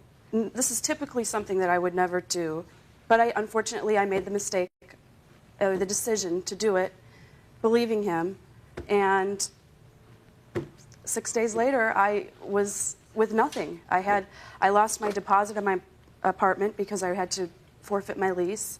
I had no source of income whatsoever for food, for anything. He knew that when I came down to San Diego and agreed that I could stay there until I got on my feet. And that was the agreement. What do you mean until you got on your feet? I thought he invited you to come down to marry him. Yes, until I got a job and was able to support myself again. So what he said was, if you come down and if you don't have a job, we'll live together and I will support you until you get on your feet. Is that what you're telling me? Right. Okay. Exactly. So what happened? 6 days later, you say within 6 days it went sour. What happened in those 6 days? Well, the way I recall it, we had a small disagreement earlier that morning. We had planned on going jet skiing that afternoon. I went and borrowed a wetsuit from someone, and I came home. There was a locksmith there, and all of my things were in trash bags in the middle of the living room. What happened? Didn't go exactly that way, Your Honor. Well, right from the very beginning, she said to me she was very dissatisfied with her job or living in L.A. All of her friends were in San Diego. She had no friends in L.A. She didn't like L.A. Had you lived in San Diego before you moved to Los Angeles? About a year before that. Okay, go ahead. She asked me my opinion, and I said, you should come to San Diego. Look at me, sir, not the floor. I'm sorry.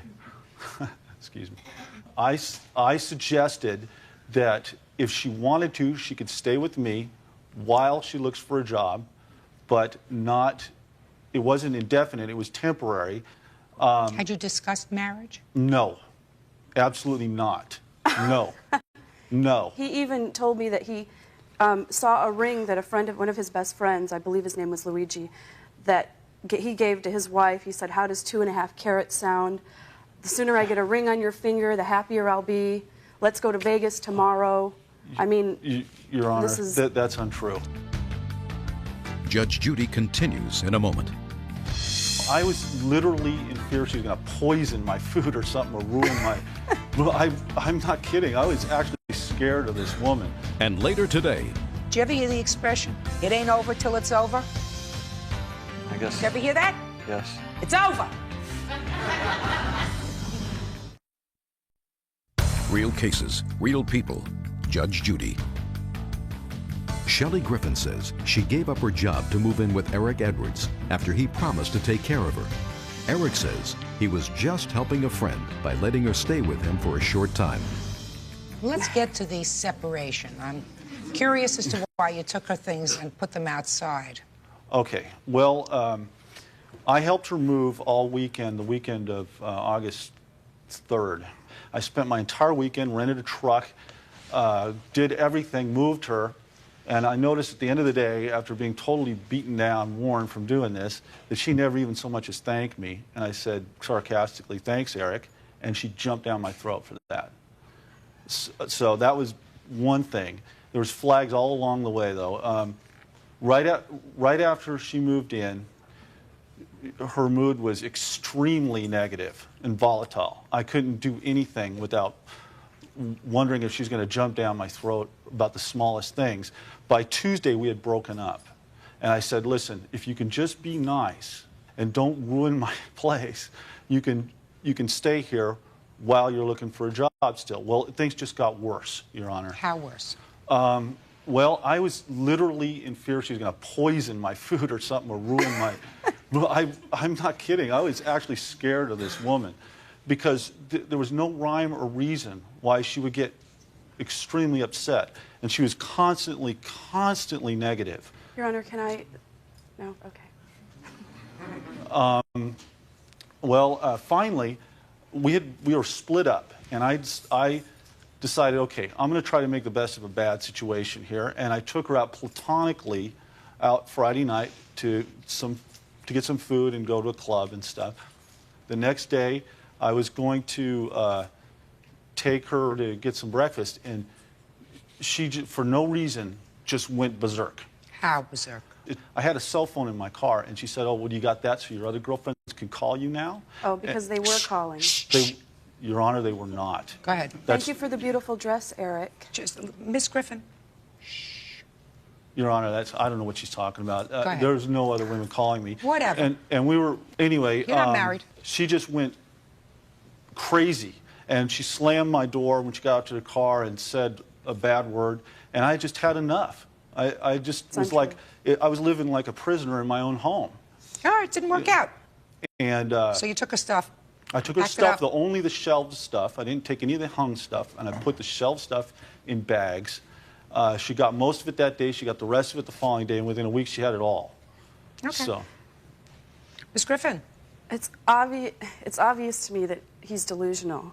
Miss Griffin, it doesn't make any difference whether he's delusional or not. You don't get compensated for making a bad mistake. May I say that the day after he threw me out, I called him, and the woman that had called me the week that I was there, while he was out running around during the day, and said, "Is Eric there?" "No." "Would you tell him thank you for the beautiful dress? I love it."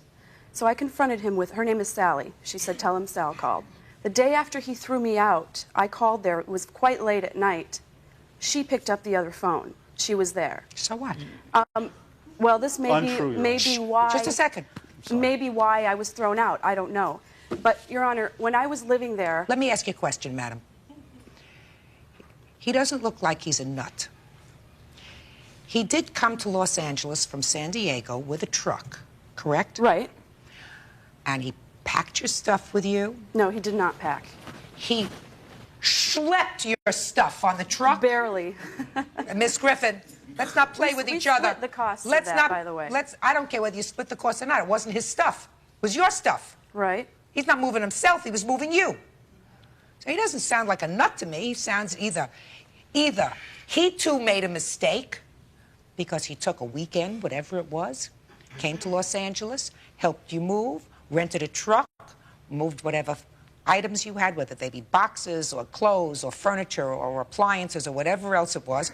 He didn't do that because he intended 6 days later to throw you out. Right. So clearly, it wasn't working out. That's right. Good. Judge Judy continues in a moment. I don't drink at all. I'm very, very straight, and she loves to party. And later today... He had a relationship that was 4 years long. He doesn't understand that it's finished. No, he doesn't. It's finished. Real cases, real people. Judge Judy. Shelley Griffin wants $5,000 from Eric Edwards for breaching an agreement to support her in his San Diego home. Eric says he was just helping a friend by letting her stay with him for a short time. It didn't work out. for whatever reason. You don't get compensated for that, just like you don't get compensated for a bad marriage. This was even hardly a relationship. You had dated him for a month. I understand that it didn't work out, but the only thing that I'm here for is the cost that I incurred because I was left in a position that he promised me I would not be in. Look, madam, you're an adult. You're 27 years old. If you made a mistake in judgment and after a month decided to move back to San Diego, where you had come from, that's your mistake in judgment. You don't get compensated for that. You were in a relationship, according to you, for a month with this man. And you want to be compensated for leaving your job, for relocating, for finding another apartment. I mean, the alternative to that is to have stayed in an apartment with him. Right, that was... Which was untenable for both of you. So, Ms. Griffin, get on with your life. This case is dismissed. Parties are excused. You may step out. Out the back door to your right, please. I don't drink at all. I'm very, very straight. And she loves to party. And she's not the same person, needless to say, when she's partying, and she does that practically daily. I think she's a little bit in need of therapy. And now the next case. Parties on Kelly versus Boyda. Step forward, please. 25-year-old student Mike Kelly says his ex-girlfriend, 24-year-old Nicole Boyda, won't return his possessions. Nicole claims Mike slammed her head on the floor. Mr. Kelly, you and the defendant lived together for about 4 years. Is that right? That's correct. According to the papers that I've read, there was some very bad altercation that you had. Some property was destroyed. You left. Right.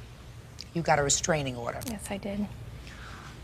And when you left, there was some property in the defendant's possession that you say is solely yours. That's correct. All right, Mr. Kelly, tell me about the altercation and the property destruction. Well, to start, we had a really good relationship for quite a long time. Leading up to this, we hadn't been getting along for, I'd say, about a year. And what we had decided to do, or I guess what it came down to, is that I would move out and leave her the apartment that we were both living in. Within a matter of about a month, I found a place and moved out. And about 2 weeks later, I had come back to get a motorcycle and some other belongings. Okay, so you came back after 2 weeks to get the rest of your stuff. Right. What happened? I was trying to talk to Nicole. I knocked on the door. She came out. We talked for just a second, and she went back in. And I knocked again. She came out. After about the third time, I was just aggravated. There's belongings of mine in there, and I kicked the door. It broke, and I left. And I found out later that I broke it pretty well. Okay, that she had to pay for? Yes, she did. Okay.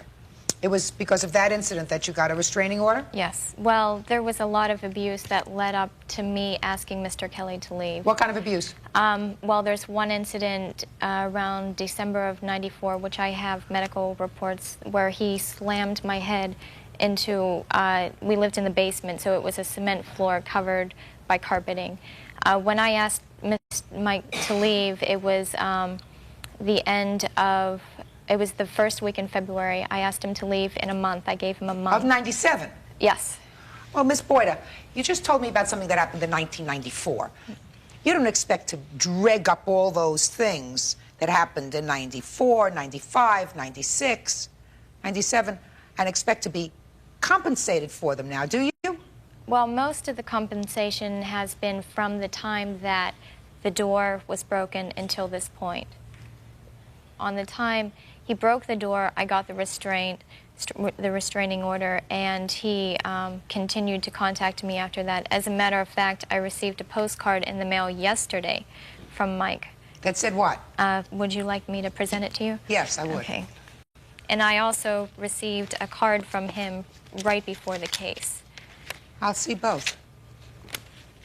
The reason I keep having communication is that I care about her, and there was a really good friendship there that was lost, and I wish it hadn't turned out like this.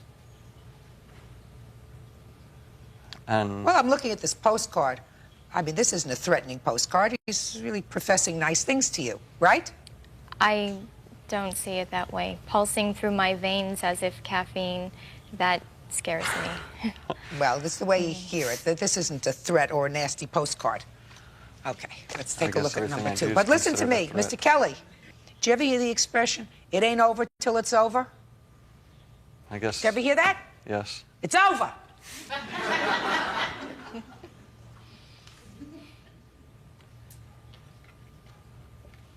Miss Boyda. Yes.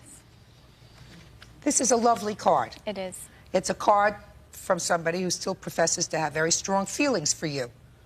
And there's nothing threatening about it. So, you had a relationship that was 4 years long. He looks like he's a pretty decent person. You may have had arguments, whatever. He doesn't understand that it's finished. No, he doesn't. It's finished. Okay? Now, how much did the dog cost you, Miss Boyda? $250. You have a receipt for that? Yes, I do.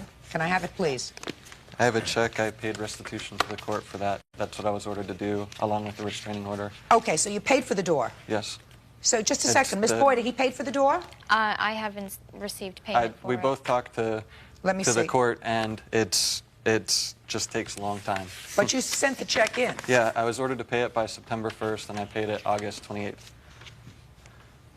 That's the only sort of written notification. Yes, he that I did. have. $250, so you should be getting it. The district attorney's not going to hold on to your check. Okay. Cross that off my list. I don't have to do any subtraction, which makes me very happy. Now, Miss Boyda, do you have his computer? Yes, but the computer was stolen from the University of New Mexico. The computer is his computer? Yes. As between yours and his, it's his? I would say so, yes. Good. So you're going to return it to him. Right? Sure. His software and accessories that go with the computer? He can have it all. Perfect. Gas grill. That was a gift from my father. He can have it. Gas grill goes back. Mr. Kelly, you have other miscellaneous items that I'm not going to ask you because I don't need a laundry list of stuff, but you do have snow skis and boots that you bought for Nicole, which she promised to repay and hasn't paid in full. Right, correct. Go ahead. Let me hear. That's it. She has made payment, so obviously there was an agreement there. How much is owed on it? I think it's about $300. I think it's more than that, but $300 Do you owe him would be that fine. money? $300. You owe him that money? Mm-hmm. Okay. Judge Judy is ready to rule. You really look like two nice people. And it's unfortunate that you had to come to court to resolve this stuff, which is really, after a 4-year relationship, we're not talking about much. I guess the mistake was getting in a relationship with a good friend. Well, sometimes good friends become the best kind of long-term relationships, lifetime ones. This one didn't work out, Mr. Kelly. And I know that you're sad about it. And I assume that Miss Boyda is sad about it also, because she also invested 4 years. So you have to move on, you know. And if it wasn't meant to be, it wasn't meant to be. There's somebody else nice out there for each of you, because you both look like, as I said, decent people. All right. Within a week of today's date, Miss Boyda, you're going to return to Mr. Kelly his computer software and accessories, his gas grill, plus pay him the $300 that you owe him for, that you acknowledge that you owe him for the boots. Understood? Thank you. That's all. Parties are excused. You may step out. Judge Judy continues in a moment. And on the next Judge Judy. We had a really, really good relationship, and now that it's over, I see it a lot more clearly, where the good and where the mistakes were. And I think we both made mistakes, and we both didn't treat each other with the respect we should have. She saw the anger and she stopped me. I guess she did me a favor. I hope.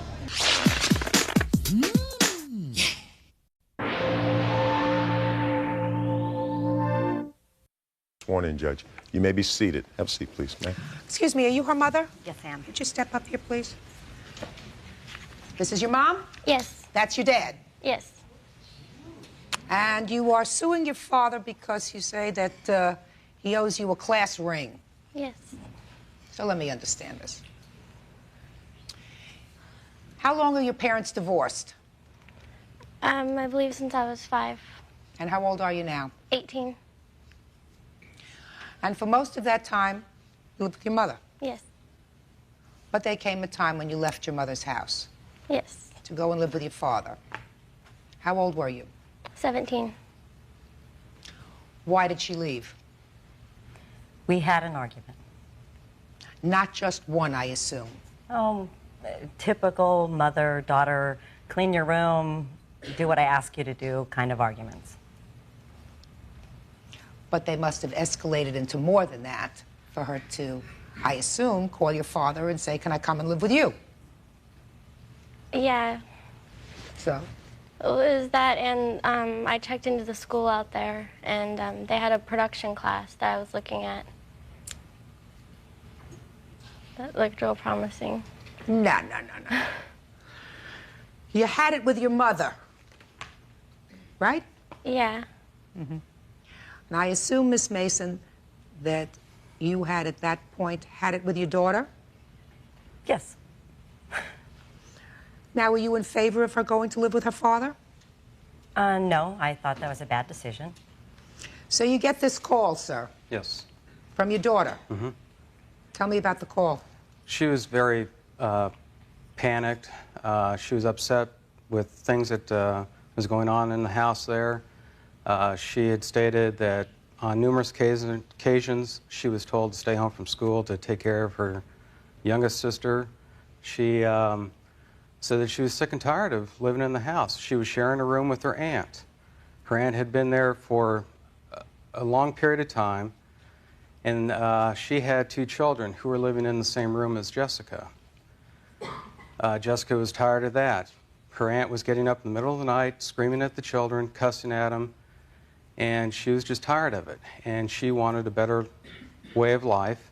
She thought that she can get it in Memphis, which we promised that, you know, if you want to come out here, we will do the best we can for you.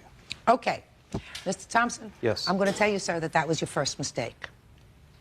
Because I assume that the first thing you didn't do, don't have that look of incredulity on your face. Teenagers in this kind of situation always lie. Because they got 2 parents who live far away from each other and who don't communicate. So the first thing you should have done was pick up the phone and call your former wife. Mm-hmm. Right? Right. In hindsight, that was the right thing to do. Because when your daughter got to your house, everything was okay for a while, right? Yes, it was. But then after a while, it wasn't okay. Tell me why it wasn't okay. Well, after quite a few months went by, things were very good. She got enrolled in school, she was making friends, she got involved in church programs and things of that nature, made friends through the church. Things are going great. Long about December, my father was very ill in the hospital. After about the 4th week of his hospitalization, my wife Rhonda and Jessica and I flew out to California here to be with my father in his final days. During that time, Jessica said that she did not wish to confront her mother, did not want to cross paths with her. And we said, you know, it's whatever you want to do, but, you know, we can't guarantee that that will not happen because my youngest daughter would more likely be at the hospital, be with her grandfather. So you have 2 children? Yes, I do. With your former wife? Right. Are you in touch with your younger daughter? Yes. Do you see her? It's been a while since I have seen her. How old is she? She's 14 years old. Okay. So you came out to California to be with your dad, and they crossed paths. Right. Actually, what happened, Jessica had the urge to see her youngest half-sister, and we set up a meeting 2 days after my dad passed away, and they met in the Northridge Mall. It was going to be for a period of 3 hours. You know, we agreed to it. We said, okay, if that's what you want to do, that's fine. We're not going to stop you. Even though her mother had a notarized letter saying she disowned her daughter completely. Afterwards, we found out that, according to Jessica, she was forced to write in a letter in the furniture department of JCPenney saying that there was items that she did not want sent back to Memphis. Previous to this, we were trying to get her belongings sent out here to us. Her mother at that time said that her belongings were turned over to other family members and Jessica was not entitled to it till she was 18 years old. Yeah, according to your paper, sir, to make a long story short, first there was a custody battle that you had. Right. With your former wife. Yes. And you retained counsel for that, and it was a costly process. Right. And that custody battle was ultimately resolved with your daughter living with you. Right. Now, you say you had a notarized letter from her mother saying she totally disowned her. That's correct. Did you write that letter? I gave up custody till she was 18, yes. Does anybody have a copy of that letter? Yes, I do. I'd like to see it. I mean, if you say you gave up custody, but that was not before there was a custody battle that was waging between two jurisdictions. Is that right? Right.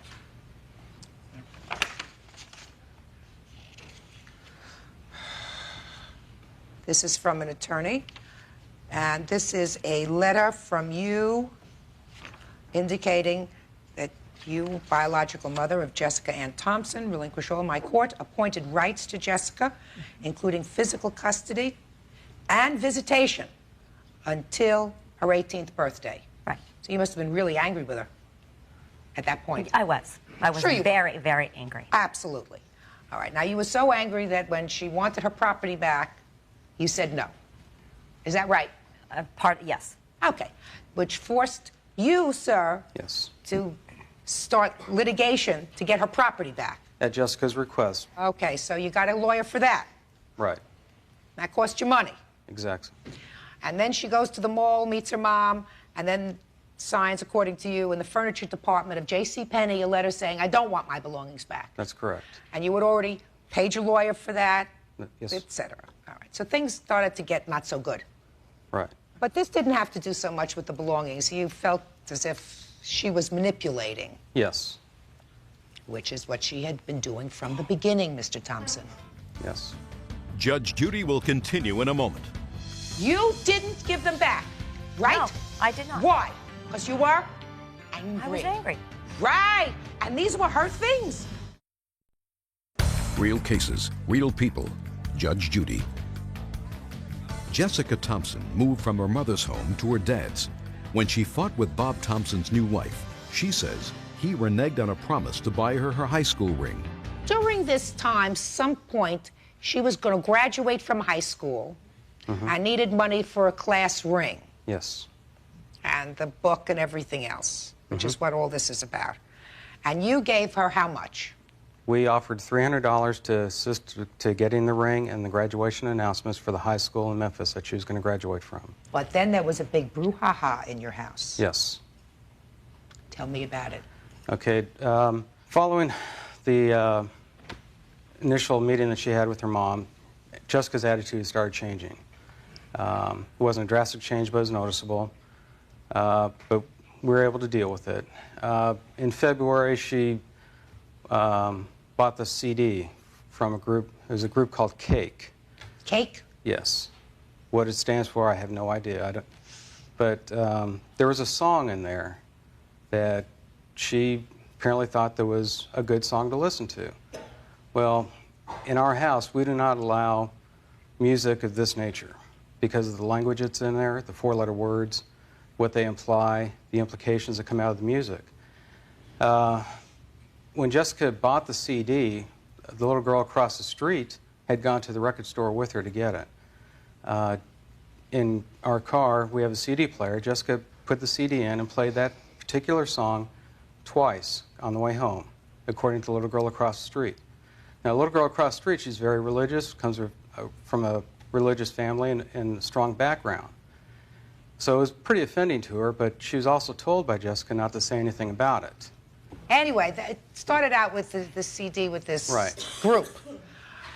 Things got bad in your house, Mr. Thompson. Yes. This is leading up to it. Get to it. Okay, I mean, Jessica's... I've had teenage girls. Okay. Well, because of the line that Jessica had told us about the CD and denying the entire incident, we felt it was best to put her on restriction. We told her she cannot do any after-school activities with her friends for a week. She was not allowed to speak on the phone after 8 o'clock at night for a week. And we felt this was reasonable punishment for a week's period. Okay, because she lied to you. Right. Okay. Well, she took very much offense to it. Rules. Rules, exactly. And she broke the rules according to this. Yes. And then there was an explosion in your house That's with correct. your wife. Right. According to what I read here, Tell me about that explosion with your wife. Okay, Jessica. Why don't you step up here? Your name is? Rhonda. Tell me your version of the explosion that happened in the house, Jessica. Well, I had gotten home from school to eat lunch and then go back up to the school because we had the play production rehearsal that night. And I was told by Rhonda that I was grounded, and I was told by my dad that I wasn't. So I was getting two sides of the story. So Rhonda came home early from work, and as I went to leave the house, she stepped in my way and wouldn't let me out the door. She grabbed me both by my arms right here, and she turned me around and she threw me against the wall. And then as I tried to move away, she pushed me back against the corner of the china cabinet. And then she finally sat me down in a chair and put her knee on me and then called my dad. Rhonda, let's hear. After I found out that Jessica wanted to go home, back to LA, I came home to talk to her about it, to find out if that's really what she wanted to do, or was she just wanted to go home because she didn't like the restriction, the rules, that we had set forth. In the course of the conversation, she goes, "I'm not talking to you. I'm leaving." I said, "No, you're not either. You need to stay here and we need to talk about it." And at the time, her dad was still at work, and he knew that I was coming home to talk to her. And when she tried to leave, I did stop her from leaving. I called her dad, and I said, "You need to come home now. We need to talk about this." And that's what I did. How did you stop her? I did put her in a chair, and I said, "You will sit there till I get your dad on the phone, and you can talk to him." We got him on the phone. She talked to him. She even told him, "I'm not staying here. I'm leaving." And he said, "No, you need to stay there till I get home." And she did. She stayed. Mm-hmm. And when he came home, what was the discussion, sir? I was trying to get both sides of the story to figure out what all went on. Jessica did appear to be very unruly. Rhonda said that she was swearing, saying that she was leaving, she was running away, she was going to take the car. It seemed to get way out of hand. Okay, now, so it all got out of hand. Bottom line is, you ultimately canceled the ring. That's correct. And you canceled the ring, why? Because of what went on in the past, and that I did not feel that Jessica deserved the ring for what she went through. When I grew up, I was told whatever I got, I earned it. We all earn what we get in life. Mm-hmm. Okay? I didn't feel Jessica had deserved the ring, particularly from a school that she wasn't going to graduate from. She was fine until the time she found out it was canceled, and she just demanded that we owed her. We have a letter here stating everything that she wanted, that we owe her, and how, as a 17-year-old, it's okay to do whatever she did. Mm-hmm. It's clearly stated in this letter. She disowned him. She said, "You're not my dad anymore." Judge Judy will continue in a moment. What he gave her was nothing, a parent who wasn't there and a stepmother who was abusive. Real cases, real people. Judge Judy. Jessica Thompson wants her father, Bob Thompson, to pay for her high school ring and to return her possessions. Mr. Thompson, how much did your legal fees cost you? All total, it was close to $3,000. Mm-hmm. Did you have legal fees? No. Mm-hmm. Can I say one other thing? Sure. In the course of everything that was going on, and she was packing her stuff up and everything, we also found a letter in her room addressed to us from our attorneys from the last court hearing in February that Jessica had gotten out of the mailbox because she didn't want us to know what was in there. Up until the time we went to court in February, she kept saying, "I want my stuff, I want my stuff, I want my stuff." And in turn, she has called her mother and said, "No, I want to come back home." And it's presented in court, and it's in this letter that she steals out of the mailbox. Mm-hmm.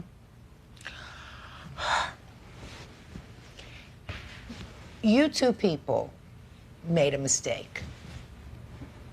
And your initial mistake was that you forgot the fact that the two of you are the grown-ups, she's the child, and that you have a responsibility, despite the fact that you haven't been together for years, to have a united front with regard to a 17-year-old who doesn't like to live with rules.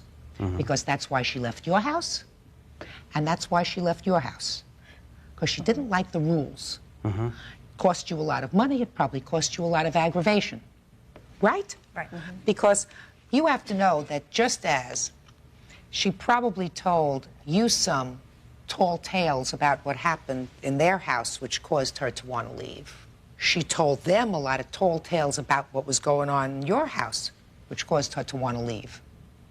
But when I tried to call their house when she was back there to speak to Bob, they would never let me talk to her or him. The house. There was a phone in Jessica's room that she had. Listen, your daughter is 17 years old, madam. Right? Well, She's 17 years old. You signed a piece of paper really disowning her. Not only custody, but said visitation, which is really no contact because you were angry. You've got to act like the grown-ups. In any event, I don't see that your father owes you a darn thing. Nothing. You didn't graduate from that high school.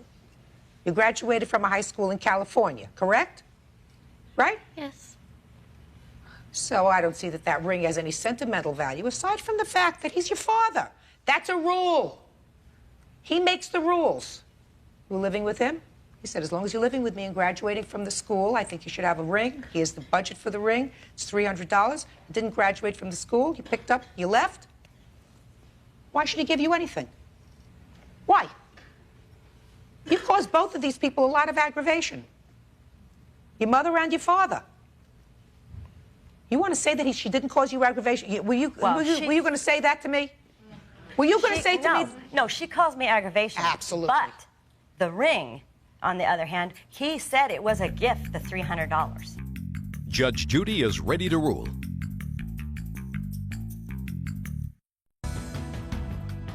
You're still not following, madam. Well, he didn't You're still tell me not he following, canceled it. madam. You shouldn't be on her side. The two of you should be together so that she knows she has a mother and a father who are both people of goodwill, both responsible, but who aren't battling with each other. You can't battle with somebody who won't speak to Why you. didn't you give her back her things? She didn't want them. No, yes, you did. No, she didn't. No, She wanted listen to certain me. items. That's not true. She wanted certain items. That's not That is true. true. She wanted certain things. Right. But she And may you have a list. and you didn't give them back to her. You didn't give them back, right? No, I did not. Why? Because you were angry. I was angry. Right. And these were her things. You made him initially get a lawyer, go to court, and sue over the things that were, according to you, hers, because you were angry. Angry. So is he. So is he. He's angry that he spent $3,000 because he got stories from his daughter about how she was being abused and mistreated in your house. He brought her to his house, and within a relatively short period of time, she was being abused and mistreated in his house. She wants to go back to your house. Don't you see any similarity between the things that you wouldn't give back to her and the ring that he wouldn't give her? No. No? You're wrong. Your case is dismissed. That's all. Well, these are excused. You may step out. Out the back door to your right. Judge Judy will continue in a moment. And on the next Judge Judy. Yes, she's part of the family. No, she's okay, not. listen. She Okay? never has been. As far as I'm concerned, Listen. you aren't either. No, I'm not listening to you. Then Okay. obviously you have no respect for your dad. I don't anymore. You can hate me all you want, okay? One thing is very clear. I'm your father. I don't want to. I don't want to have anything to do with them. It hurts. There's no doubt about it. You know, I've always been there for Jessica.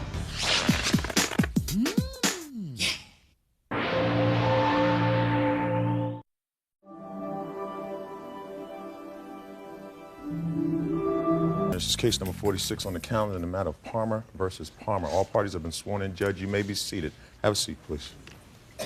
It's a pretty sad situation. Very sad.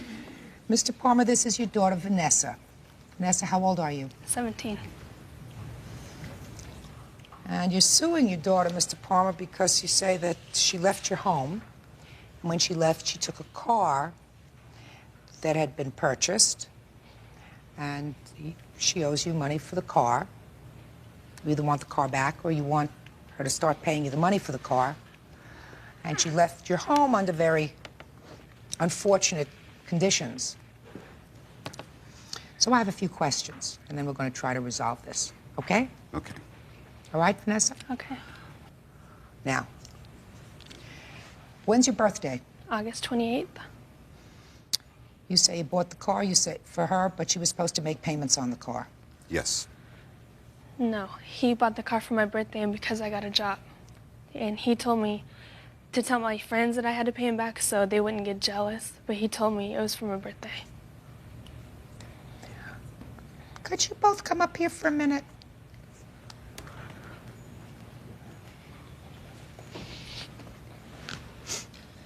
Mr. Palmer, I don't know what could motivate a parent other than anger to bring their 17-year-old to court.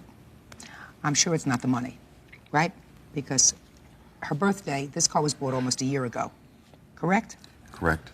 And for a year, you didn't pay any money, right? You seem to acknowledge that. Yes. So why now?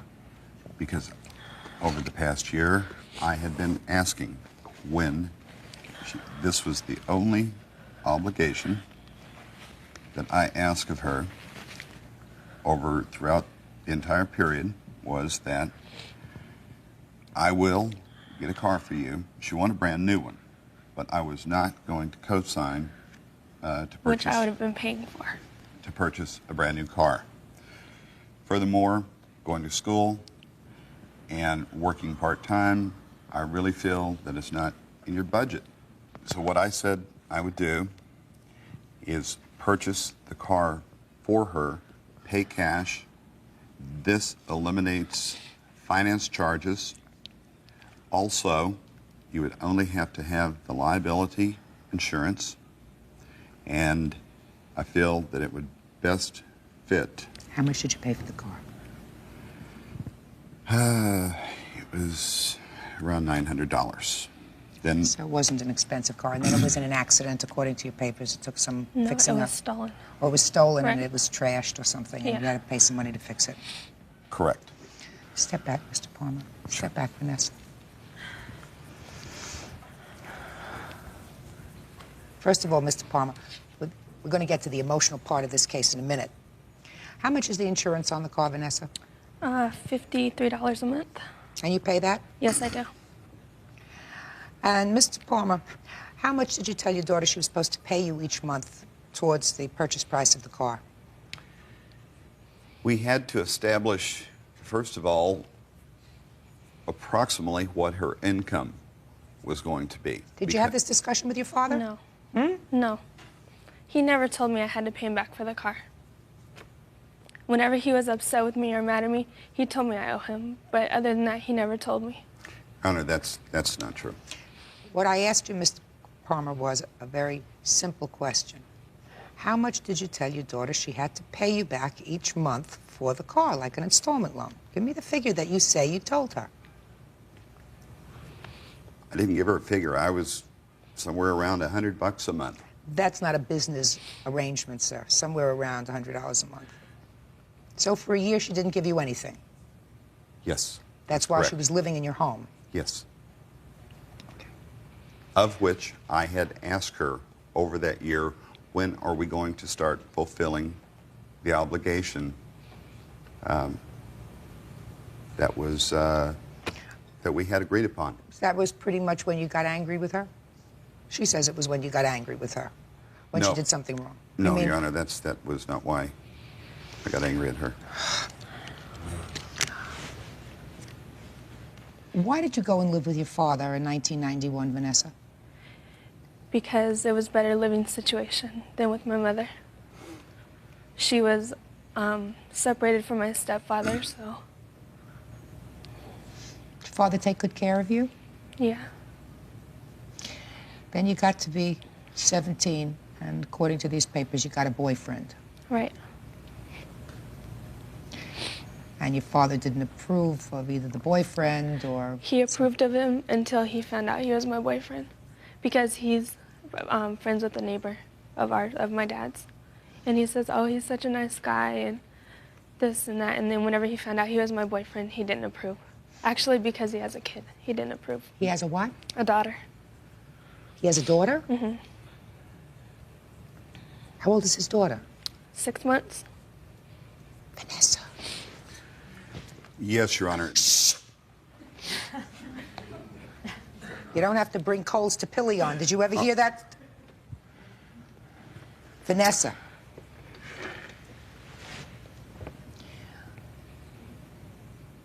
I was a family court judge for a very long time.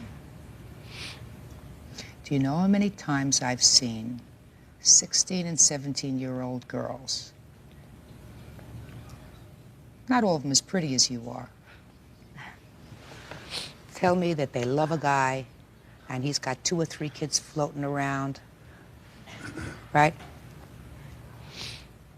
Do you know how it sits on your father's shoulders when he sees his beautiful 17-year-old daughter dating a guy who has a 6-month-old baby?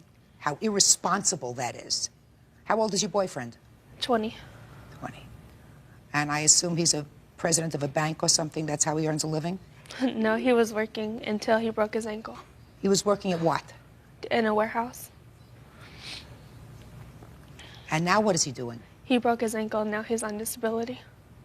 So now we have a 20-year-old on disability with a 6-month-old baby. And you wonder, I mean, I wish, Vanessa, that you could take yourself out of your 17-year-old body and make yourself 40. For a minute.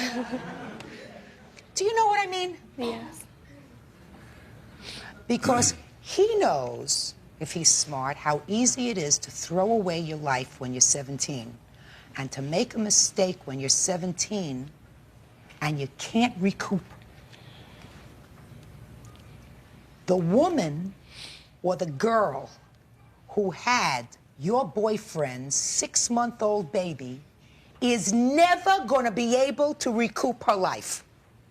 Don't you understand? If he liked him, he liked him. Then he found out he was your boyfriend and he's got a 6-month-old baby. You think that there's something wrong with your father for being angry at that and for saying to you, listen, babe, I'm going to do whatever I can to see to it that you don't ruin your life. Judge Judy continues in a moment. You hook your star to a loser, that makes you a loser. Real cases, real people. Judge Judy. David Palmer says his 17-year-old daughter Vanessa had no right to take the car when she left home to live with her mother. You're a mother. Stand up here. Stand up here. What's your name? Donna. What did you tell the daughter about this boyfriend? She's dating him. She's not marrying him. I don't care whether she's dating him or marrying him. Didn't you explain to her what the problems are? When I found out that he had a child, I was a little upset about that. Other than that, I think he's fine. You think a 20-year-old with a 6-month-old baby who's on disability is fine for your 17-year-old gorgeous daughter? I think he, as a person, is fine. Listen, there are a lot of very nice people. I have daughters. I have 2 of them. If my daughter, who was 17 years old, came home to me and said, I got a boyfriend who's 20 years old, who's on disability, who's got a 6-month-old kid, then he's not supporting because he's on disability. Excuse me. He still is supporting his daughter. What can I do about that? You can try to discourage her. Just a second, you can try to discourage her. It was a done deed. It's a done deed. That's right. She's in love with him. She's in love with him. I mean, they're not planning to marry, to run off together. They both live at separate residences. They're dating. You know, maybe if your daughter had a unified, maybe if your daughter had a unified front with her parents, and both of her parents saying to her, this is a tremendous mistake, then maybe we wouldn't be in this situation, because I gather from these papers and from what you're saying that the reason your daughter left home was because you said, I don't want him in my house anymore. She was thrown out. Just a second. He threw her out. What happened, sir? No, Your Honor, that is not true. That is not true. That is not true at all. When I stated that it is not in her best interest to see this young man anymore because of what we have been discussing, was when it all broke loose. She said, well, fine, then. And she said this in the presence of my 2 younger ones, because I walked outside to kind of cool off a little bit. That, fine, then, I will go live with my mother. No. That is not what happened. Well, you weren't there. Just a second. You weren't there. So you tell me your version of what happened. We were arguing and he was yelling at me. And he yelled at me to help my sister with her homework. So I did. And he was still yelling, and I yelled back, why are you yelling at me when I'm helping you? And he said, don't yell at me, shut up or get out. And I said, fine, then I'll go. And he said, take all your, well, he didn't say stuff, but. Was it about Triana? Mr. Palmer. Tell her that. That was a heated argument. You understand how that falls on a 17-year-old. You understand how that falls on her, even if, you know, even said in anger. If it was said in anger. But you were looking for a reason to leave the house. No, I wasn't. He told me all the time, I can't wait till you're 18. Since you have to stay here, I'm going to make it hell for you. Oh, please. I'm going to make you want to leave. Is that what he said to you? Yes, Your Honor. Why would he say that to you? Ask him. Who are you? Insane. My name is Victoria, and he had told her right in front of me, well, maybe I would love her if she lived at a friend's house. And I thought that was very wrong. I'm sure, it's very wrong. Bottom line is, everything was okay until you got the boyfriend. Everything wasn't okay, but that just added to it. I was under the impression that he was all for the boyfriend. He let him come over to the house. He went with us to my aunt's house on Easter. That's where I got my input about Well, then what happened? Then there must have been something that happened. If he was in favor of the boyfriend or was not opposed to the boyfriend, he must have found something out. What did he find out? Find out about the baby? About the baby. He knew he had the baby. Right. No, he knew that. He knew there we go. Hey, Thank you. Me. Listen, Vanessa. Thank you. You didn't know He you had- misunderstood what she said. He knew that my boyfriend had a baby. He approved wasn't of against the boyfriend. He approved of him. I'm serious. He told me that I could still hang around him if he got a court order with child support and did everything through court. He pays child support for his daughter. He does everything right. Just He a told second. me He can't if- pay child. Hold on a second. This is getting more interesting by the moment. Mr. Palmer, Mr. Palmer, just a second. Just a second. What you just said to me is, even after he found out about the baby, he said, you could still hang around with him, but I want him to act responsibly towards the baby. I want him to get an order of support and pay He it. already does. No. Is that what your father said to you? Yes. Is that what your father said to you? He said that if he had a court order for child support and a court-ordered visitation, then it would be okay.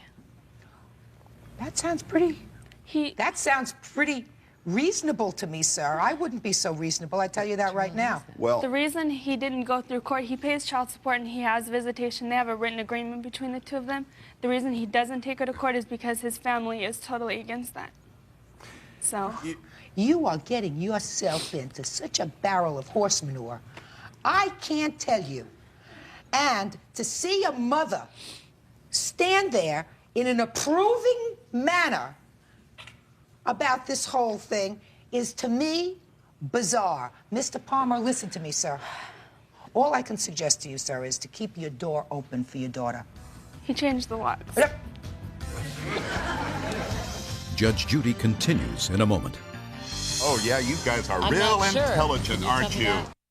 that? Real cases, real people. Judge Judy. David Palmer wants his teenage daughter, Vanessa, to meet her responsibilities by paying for the car she took when she moved out of his home.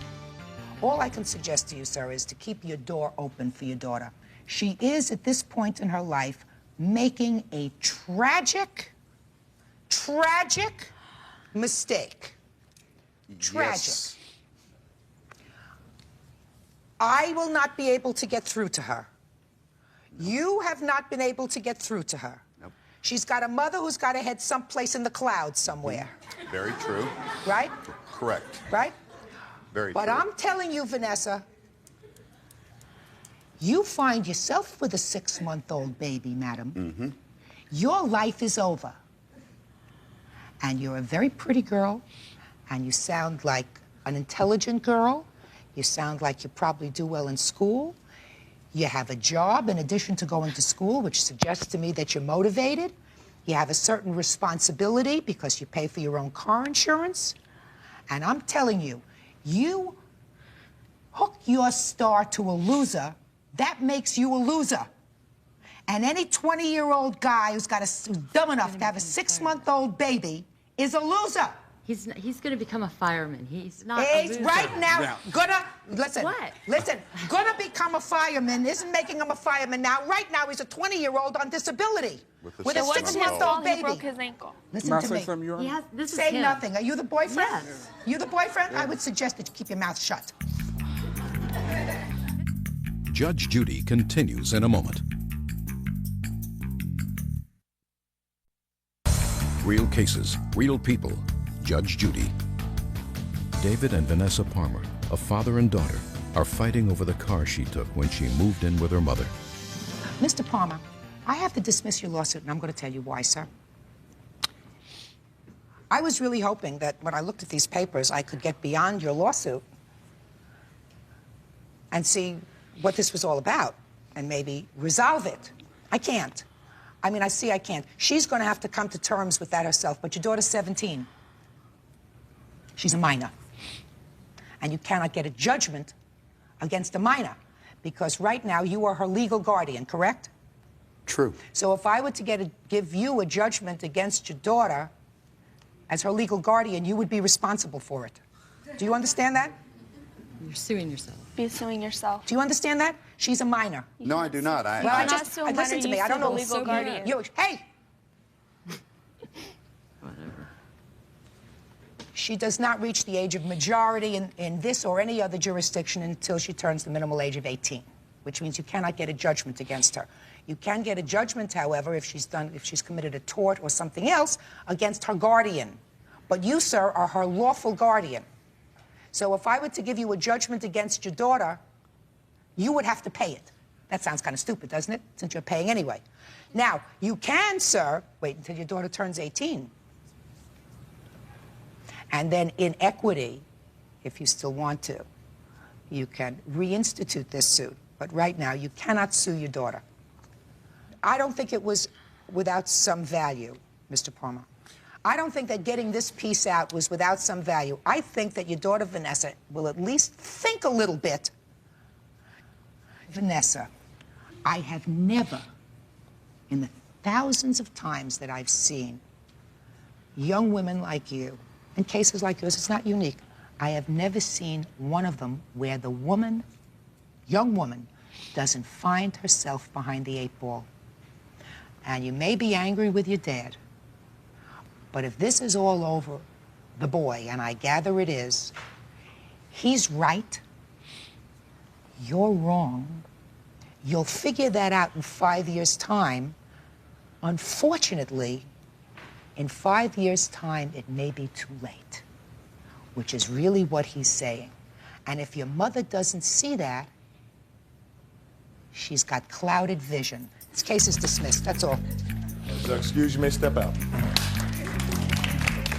And on the next Judge Judy. As far as the mother having her head in the clouds, yes, she does. Is my daughter making a fatal mistake? Yes, she is. If it was the agreement, how do you know? I believe my daughter. If it was the agreement, why didn't we sign anything? Okay, well, Habitual liar. I believe Vanessa. Okay, well, how come the judge don't believe you? Oh, yeah, you guys are real intelligent, aren't you? And I will get you when you're 18. She's your daughter. And you're next. She's your daughter. You're next. And I will get you. And you need to go to the rehab. You need to get your head out of the clouds. Oh, no, that's original.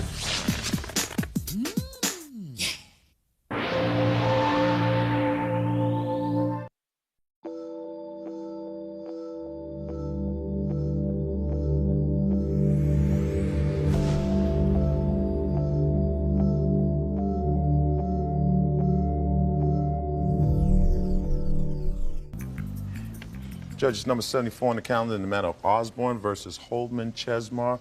Parties have been sworn in. Judge, you may be seated. Have a seat, ma'am.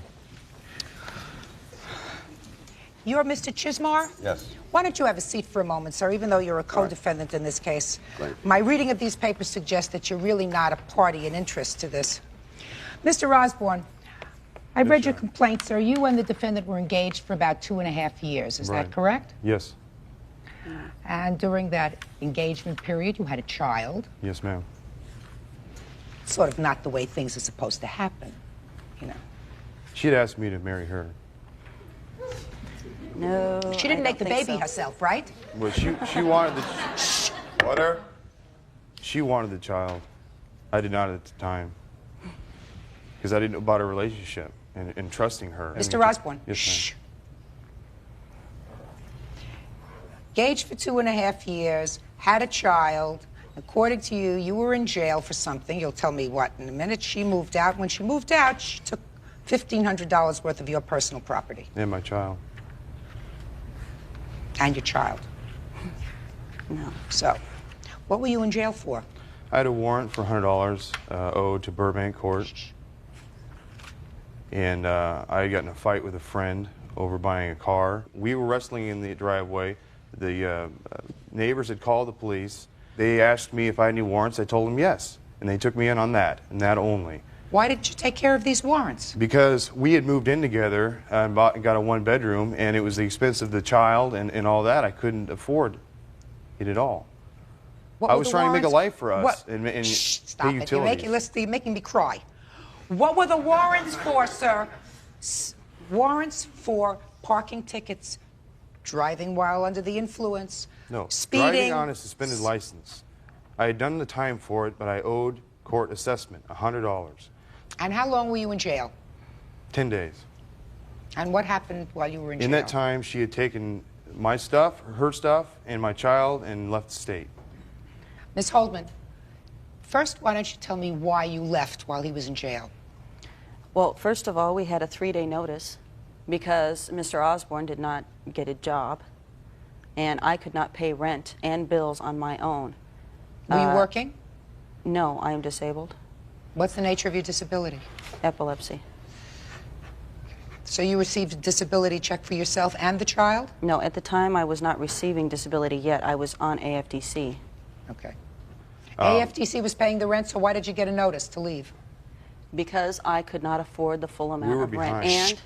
And I could not afford the full amount of rent, and I could not afford all the bills. Mr. Osborne had run up phone bills that I have, and he did not give any part of his to help pay for bills or rent. So you decided to leave. There had to be more than that. No, ma'am. We got the pay or quit before he went to jail, and he knew that we had to move. Is that the pay or quit notice? Yes, I May have I two see of it, them. please? They only asked Okay. for $50 to continue the rent. They made a deal with us.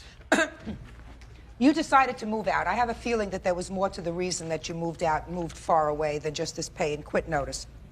But you left. Now, the question is, did you take any of his property with you? No, ma'am, I did not.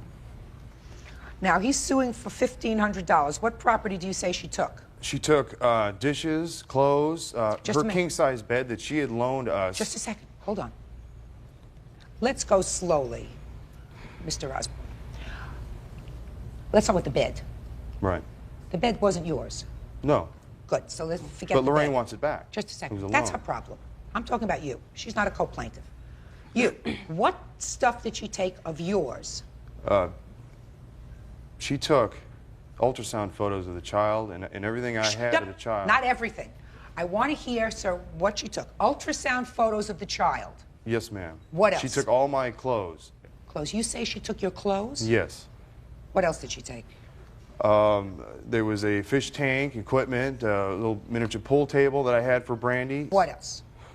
She had taken all my dishes. Dishes. Yes, ma'am. What kind of dishes, sir? Limoges? Plates, cups, glasses. What else? That's not... Everything in the apartment. Everything in mine that I had. Mr. Osborne, Yes, ma'am. this is not why you're here, sir. No, I'm here because of Brandy. No, this is not why you're here, because this is a lot of baloney. It is. And I don't care about the material things. Because you're suing her for $1,500, but so far you haven't given me $15 worth of stuff. I have all kinds of things that went of value. I had 4 suits in there that were $600 each. I had all my clothes. That adds Are up. you telling me you spent $600 a piece on 4 suits? You Yes, must have some good job. And if you, yes, I Why did. have any use for your suits anyways? Listen Why to would me. I take I don't know Sir, why. Mr. Osborne, you're not here because of this I'm property, here because of sir. Brandy. I could care less about my stuff, material things. Well, what do you if want? I win, I'm going to use that to get visitation. She will not let me see my child, and she says, take me to I tried to court. let you see your kid. Just a second. So she says in her answer to your complaint that this is all about getting some money so that you can hire a lawyer, so that you can sue her in whatever the domestic relations or family court is in Visitation, your that's jurisdiction. all. Is that why you're here, sir? Yes, to get ma'am, money it is. so that you Yes, can hire a lawyer? Yes, I was hoping to see my child today, and Just she's that's, not. that's why you're here. Yes. To get money for a lawyer. Yes. This is not a proper forum for you, sir, to abuse the system, to come to court for that reason. No, I also I need some clothes, something to wear. Did you take any of his clothes? No, Your Honor, I did now, not. You're a co-defendant. Stand up, sir. You're suing him because why? He was a party of taking my stuff. He helped her move out. How do you know He's that? a witness of all of... How do you, just a second, how do you know that? She had told me. And Who there was told another... you? There was another... Who told you? Who told me? John Brown, another friend of Lorraine's, who was told her, Lorraine, that he had helped her Can't move hear all out. that. I mean, it's a court, sir. Did you help her move when she left? The only thing I moved out of there, I didn't move anything personally, ma'am. I had just had back surgery, so I wasn't lifting or doing any of that. They had brought out a dresser, the king-size bed, 2 dressers, and that was it. That's all I hauled. You didn't haul that yourself. No, ma'am. What about her clothes? What about her stuff? I didn't haul any of that. Do I look like I need help? What does that have to do with you, her clothes? Judge Judy continues in a moment. Kelly and I were. When I you get to that shut your house, mouth. go ahead, hit me, and I'll put a lawsuit against you. Yeah, I'll bet you will. Real cases, real people. Judge Judy. 26-year-old Kevin Osborne is suing the mother of his child, Kelly Holdman, for running out with their daughter and leaving their apartment bare. You had somebody, according to these papers that I have, come in and take out your things. A You had friend, the most expensive stuff. My You tools. had a friend come in and take out Right, I some don't- things. Your Honor, I don't know who took my stuff. Mr. I don't know if it was Osborne, my friend. Did if you it was just say to me that you had your friend come in and take out the most expensive things, your tools? Yes, because that's what I did for a living. Well, then it's not logical, Mr. Osborne, for the defendant to have taken suits which she can hardly use and left the most expensive thing She doesn't- with the tools. I mean, if she was going to take something to sell them, certainly it would have been far smarter for her to take the tools, which she probably could have sold. She plays games, and she takes it just to I when I get out of jail, so I have nothing. So she wants far, to ruin Mr. me. Osborne, the one who's playing a game is you, who's playing a game with a court. No, ma'am. No, with ma'am. a court, because you're not here because of the things she allegedly took from your apartment. Yes, I am. Your problem, the two of you, is that you made a baby and you had no right to make a baby until you had made a life together. That's what you did. That's a why mistake. Yes. Yes, Your Honor. That's a That's mistake. why I wanted to wait to have I a want child. to tell you something. I would run away from you too, sir. You don't know how to be quiet. I mean, there's something very controlling about your manner. What I'm telling you is you made a baby, you had no business making a baby, but now baby has 2 parents. So I assume that eventually a judge is going to hear this case. I assume you've been legally declared the father of this child, sir, is that right? No, not legally, but it's in the birth certificate. That's not legally. Well, if you... What? That's all I Another have. reason I don't why have the left money to him- do a DNA Another test. reason why I left him also is because he's mentally and physically abusive, and I have proof of that. I have permanent scars on my body that I've never asked him for a penny. He's lived off of me all his life since we got I want to pay together. child support. She won't even let me pay child support. Then that was very bad judgment on your part. Yes, it was. And Especially if you have a disability. That's very bad judgment on your part to live Yes, with ma'am. somebody who is abusive. Clearly, this was not a relationship that was destined to go on for 25 years. Unfortunately, you made this child, and the child has 2 parents. All I want to know, sir, is you don't need $1,500, which is what you're suing for, to go into court and file a petition asking legally to be declared the father of this child. Once you're legally declared to be the father of this child, along with that comes certain rights. One of the rights is to have a regular time to see your daughter. Regular. That's what's supposed to happen. It's not supposed to be a controlling situation so that you call whenever you want to see the child. I realize because that, clearly that's not going to work here. So you're going to have somebody else set up a schedule for you.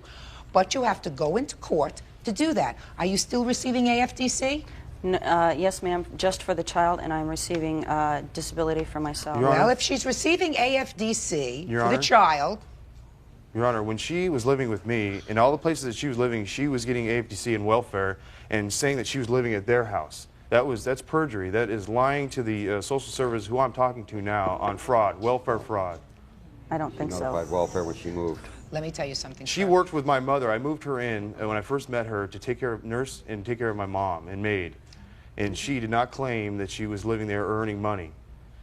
Yes, Lorraine I is did. a I told the Lorraine is a welfare witness. office. Is all that Kelly, her granddaughter, has done to me. I'm living with Lorraine now. We were supposed First to get of all, married. she's not my legal grandmother. No, but she took custody of Kelly when she was 12 years old. No, she did not. I ran away to her when I was 12. Listen, I'm really not interested in going back to the flood, sir. What I'm telling you is, and I don't mean to be hard on you. I really don't mean to be hard on you. But this is the mother of your child. You're not supposed to put her in jeopardy. By what you just said to me now, you have placed her in jeopardy. Why would you want to do that? Because she is not. She's not a fit mother. That's why. And like you're a fit father. I have witnesses that she was Well, listen, at you a bar drunk, staggering, and she's supposed to be a mother of my child. Judge Judy continues in a moment. Did I ever hit you? Yeah, what the hell is this? Oh, no. What is this? You were drunk. Yeah, I was I drunk. pushed you. Did I hit you? I was No. drunk. Yeah. And later today, Do you really believe in this position that you've taken for me? Absolutely. Well, then let me tell you where you're all wet. Real cases, real people.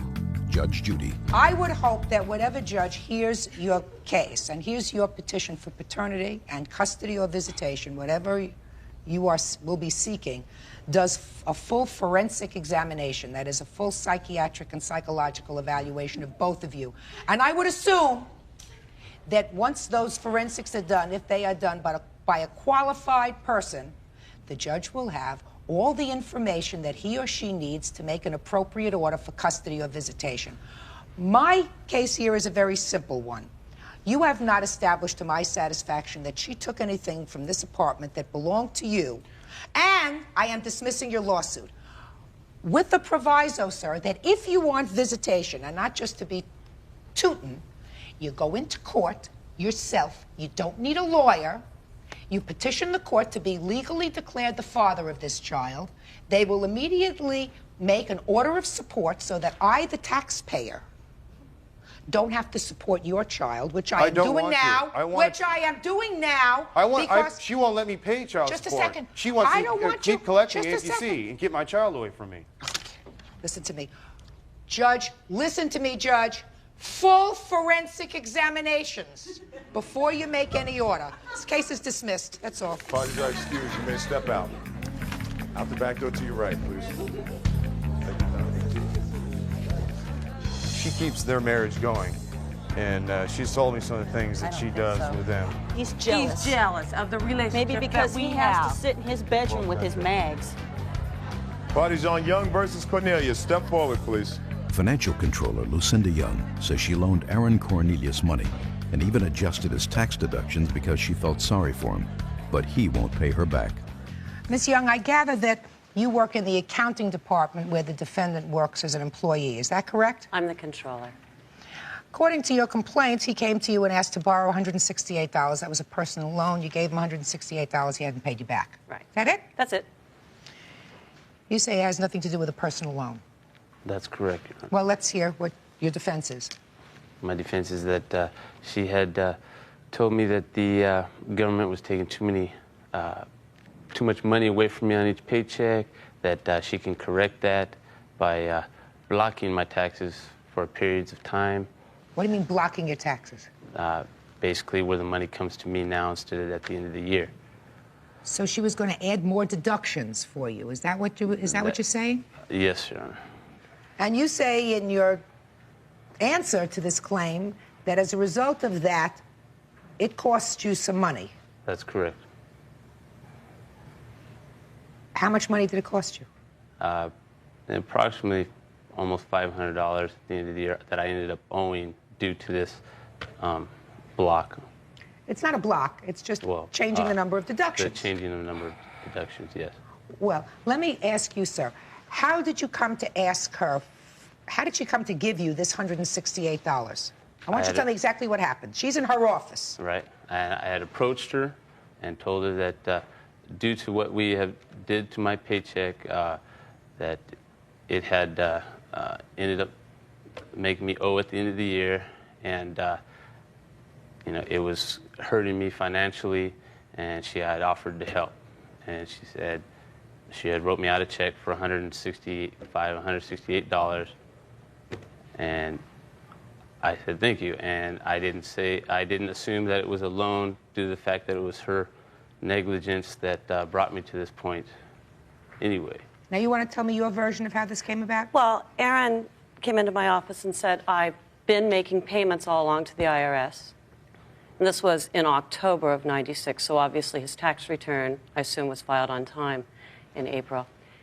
He said, I owe $168, or they're going to garnish me. Well, we don't like garnishments where I work because they cause a little extra work for all of us. And, you know, I've known Aaron for as long as he's worked at the company. And I said, Aaron, how much is it? How much do you need to not be garnished? He said, $168. I said, okay, I'll write you a check. Pay me back when you can. Here's $168. The garnishment came through next week, the following week. I said, what'd you do with the money? But obviously that's history now. It doesn't matter. Oh, okay, but you said to him, here's the $168, pay me back when you can. He offered to sign a note. In fact, that was the first thing he said before I even offered to give him the money. He said, I'm happy to sign a note, whatever it takes, but I need this money now. I said, you don't need to sign a note. I know you. You've been working here a while. I won't do it again, but... Now, Mr. Cornelius, do you really believe in your position, sir? Excuse me? Do you really believe in this position that you've taken before me? Absolutely, Your Honor. Well, then let me tell you where you're all wet. Judge Judy is ready to rule. She explained to you, if I believe what you say, that if you took, let's say, 4 deductions, you would get more in your salary each week, and it would probably be a wash with regard to taxes. You wouldn't have to pay any taxes, and you would end up with more dollars in your hand, correct? That's correct. All right. So what happened was, you still got more dollars. She didn't get any gain out of this. You did. If she put more deductions, that means you got more money in your paycheck each week. Why should she have to pay for that? She didn't write a company check. She wrote her own personal check. You still got the money. Okay. Now, did you go to her office and say, if I don't send them $168, they're going to garnish my salary? That's correct. And did she say to you, I'll give you the $168 because we don't like that to happen. You'll give it back to me when you can? She had said to assist me, yes. She did say she would assist me, yes. You left out the last part, Mr. That's Cornelius. correct, because I don't recall that part. Well, she recalls it, and it sounds very logical to me. Well, I have it in an email here that he intended to pay me back. Because you kept hounding me about it, and I was going to try to just a square it away. second. Did you put it in a letter to her that you were going to pay her back? Yeah, because she kept Good. hounding me about it. Judgment for the plaintiff in the amount of $168. Thank you. Parties are excused. You may step out the back door to your right. Hoo-ah. On the next Judge Judy. I told him $28 a paycheck, 6 paychecks. You won't owe me any more money. You know, I honestly think that if Aaron had had it in his pocket and it was spare money he didn't know what to do with, I think he would have given it back to me. But I don't think he has any spare money. I don't think he's had any spare money for a while.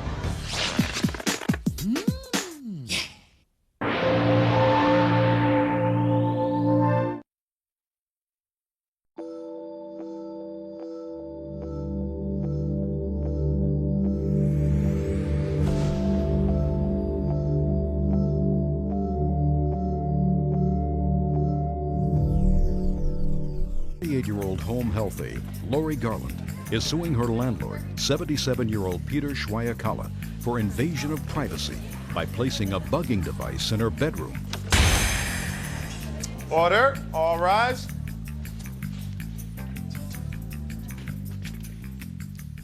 Your Honor, this is case number 464 on the calendar in the matter of Garland versus Schweiakala. Parties have been sworn in, Judge. You may be seated. I'll get to you in a minute. This young woman was a tenant of yours, correct? Yes. Yes, ma'am. And she claims in her papers that you put a device in her house, a bugging device. Right. And you admit that you put a bugging device in her house. She's suing you for breach of privacy. Correct. Now, you say that you had every right to do that, and I'm going to let you explain why, sir. Okay.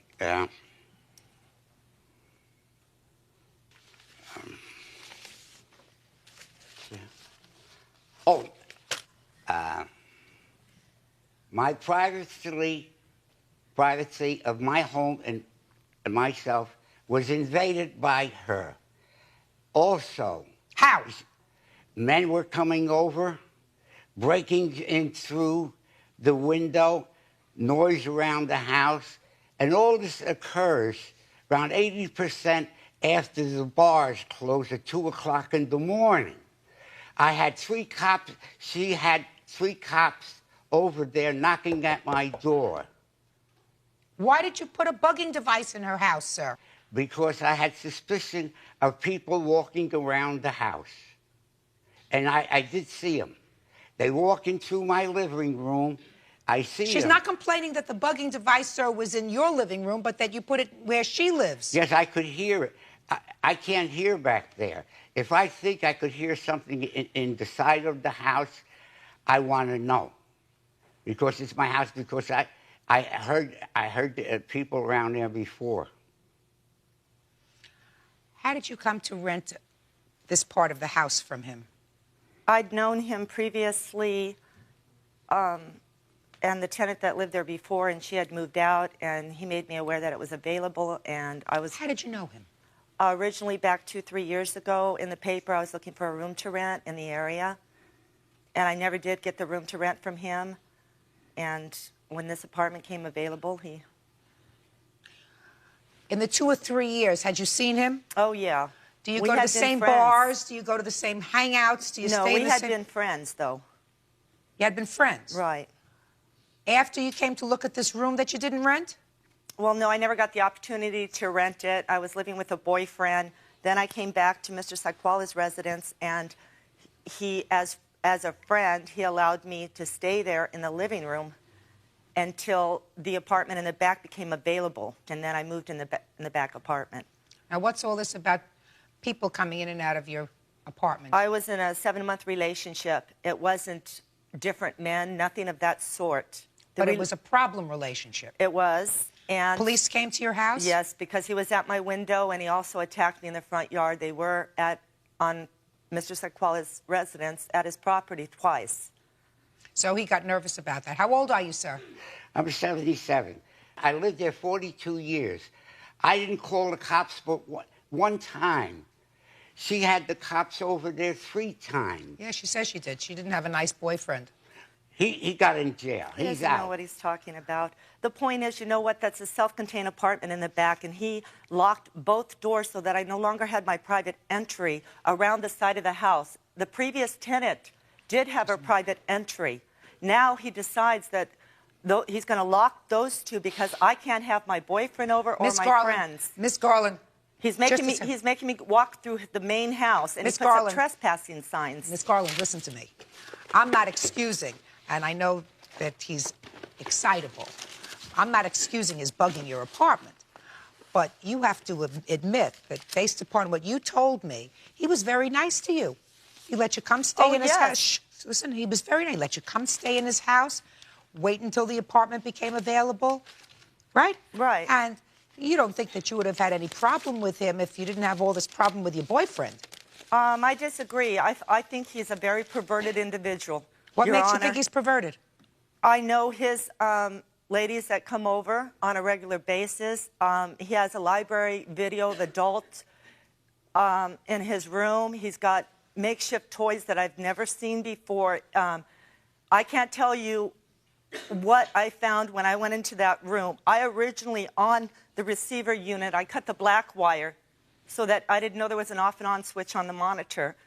But it was not only an audio unit, but a video unit I have as well? it here. He Can I see repaired it? the black wire, and then I went in the next morning, cut the red wire. It's not until he repaired the unit to listen that I confiscated it. And when I gave him pictures that I took, he clipped the wire from the garage coming through my bedroom wall, so I was able to pull out this big monitor. It was very devastating to hear my TV going on and everything in my place. What I'm asking you is was this a video unit as well as an audio unit? Just No, an ma'am. audio unit? Just audio. Sir, did you tell her that you were bugging her unit? What? Did No. you tell her No. that you were bugging her unit? No. Well, you can't do this, sir. I know that. Well, you can't do it. That's an invasion of her privacy. He took the time to drill a hole through a garage wall to meet up into my bedroom wall above my Just a bed. second. Did you drill a hole to get into her so that you could monitor what was going on in her No, bedroom? that was in there before she even moved in there. I was it? agree with that. Did you monitor her bedroom activities? Yes. Oy. And everybody else that's rented prior to him, I believe that. Oy, oy, oy. Sir, I don't think you ought to rent apartments anymore, sir. You can't do that. It's against the law, sir. Judge Judy continues in a moment. He has 100 adult videos, makeshift toys in his room. It's very disgusting. I mean, if you'd seen what I'd seen. And later today, Did the dogs seem to like each other? Yes. Yeah, Mom was ready for it. You have the male dog, right? Yeah. It's usually the case. Yeah. real cases, real people.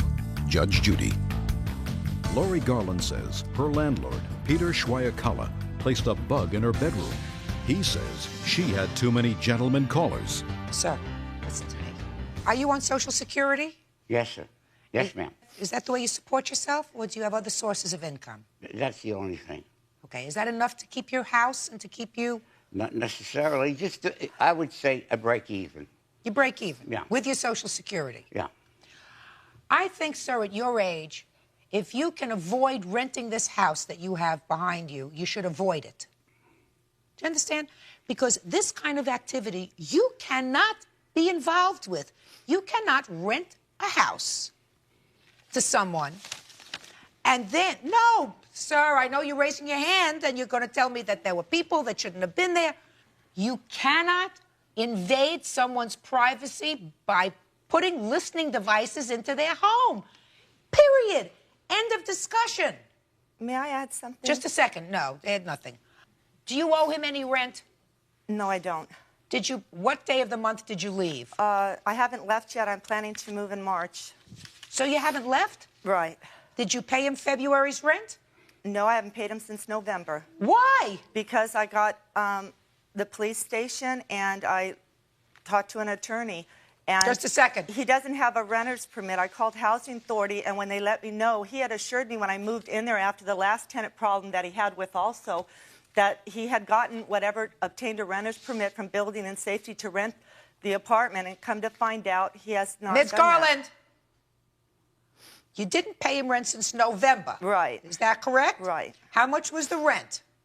It's $65 a week. Do the 65 times 4.3, will you please, Bird? May I add also, he's been going through my trash. I found this Then in his room. move, madam. You don't stay there and complain. It always irritated me when people stood up there and said, I can't stand my landlord. He does this, he does that, he does that, and he stays there, so what I'm going to do, I'm going to live there, right, and I'm not going to pay. Right. That's outrageous. Right. $3,967.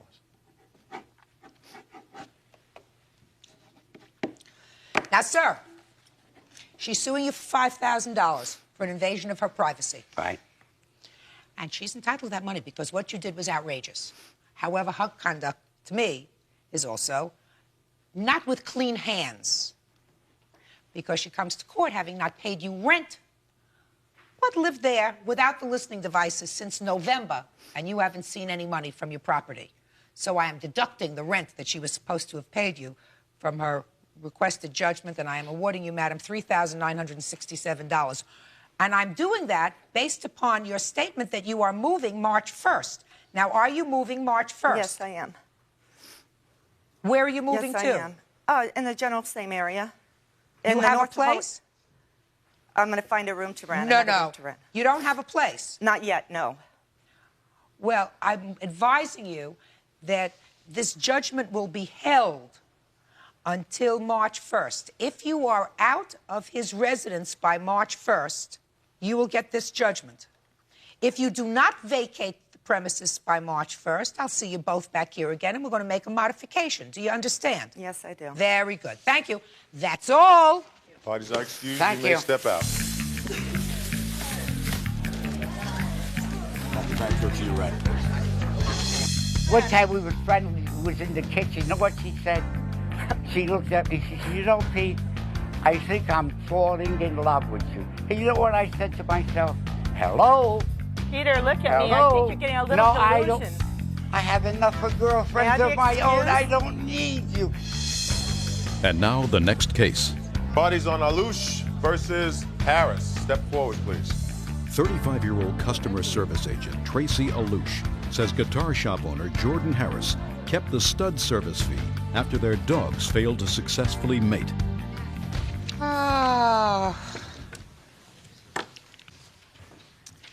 You were trying to find a suitable mate for your pit bull. That's correct. And rather than, according to your papers, and I'm editorializing a little bit, rather than putting an ad in the personal column, you went to the park. That's correct. Where you found this gentleman who had a pit bull. Yes. Did the dogs seem to like each other?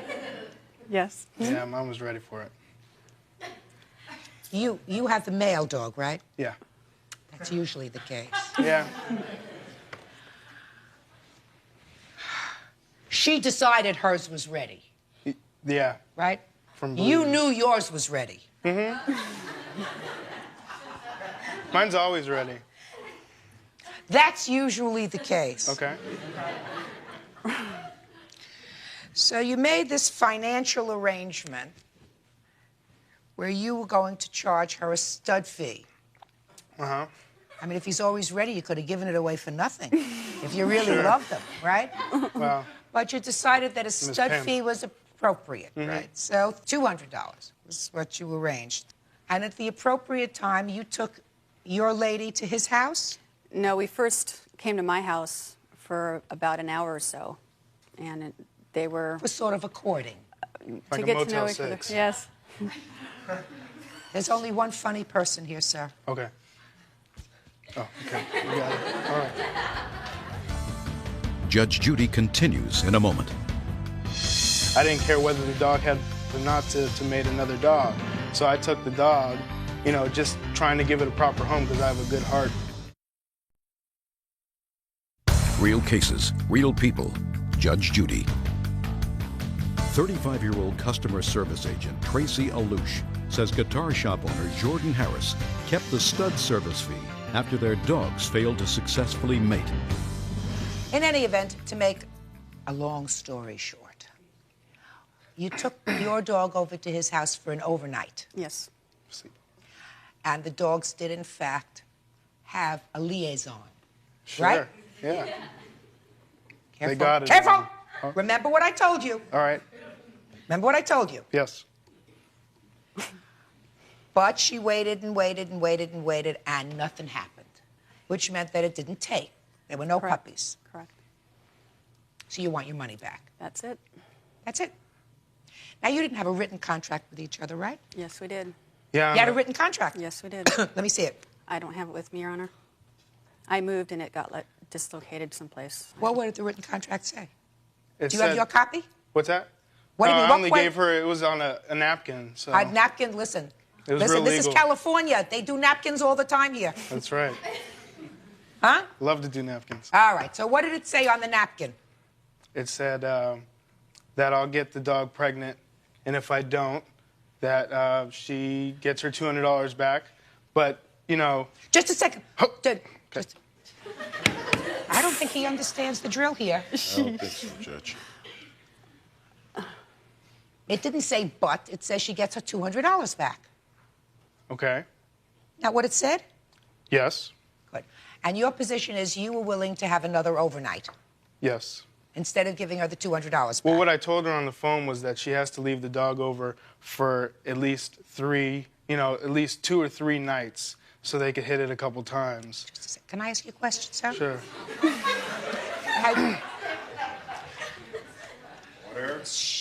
I mean, this is an almost serious question. Have you ever used your dog for stud before? Yeah, for my friends.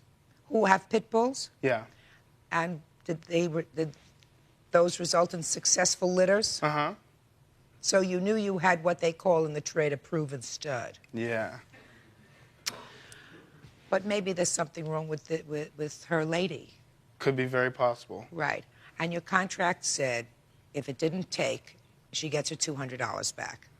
That's what the contract said, but not by, you know, word of mouth. I told her that she had to leave the dog over, and when I called her back one night, well, I don't know if you want me to get into that part of the story yet. Well, the case is almost over, sir, so if you have something to say, you better get it out now. Well, all right. What had happened was I came home from work, and she had gone in my backyard without me even being there or anybody being there and taking the dog home. We had talked and made arrangements to meet at 6 o'clock. This, I don't remember And doing. you didn't show up Talk to, by no, 6:30. don't talk to him, talk to me. By 6:30, he The was not dog there. was there overnight. Correct. All right. And he admitted that they had connected. Is there any particular reason why you want to have puppies with this pit bull? You want to see the pit bull? What? No, I don't. He's... It's a nice-looking dog. No, but why do you want... Because I want another dog, plus I want to be able to sell the pups and make some money. Okay. Well, can I make a suggestion to you? Certainly. Do you have papers for your dog? No. Oh, you don't have papers for your dog? Well, that's a problem. That's a problem. And you don't care who your dog may... You have papers for your dog? No.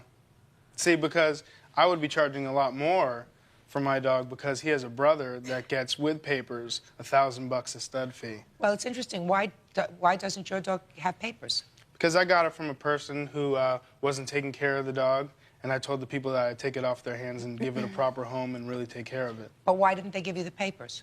They didn't have papers to begin with. He owned some kind of wild animal. Just a minute. You just told me that your dog's brother gets $1,000 for stud. So Right. if your dog's brother gets $1,000 for stud, then the litter must have been a registered litter. You see, I know a little bit about that. So if you have a registered litter, that means all the puppies in the litter are registered, which means they can all get papers unless you have taken a puppy with the promise that the puppy would not be used for stud.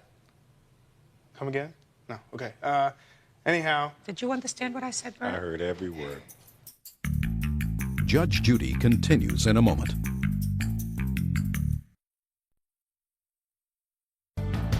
Did you just tell me that your dog has a brother? He has a brother, Yes. and a sister, and a mother. But the brother is a proven stud, and the brother gets $1,000 for stud service. Didn't you just tell me that? Correct. So I'm telling you that if the brother has papers, Yeah. one dog in a litter doesn't get papers, sir.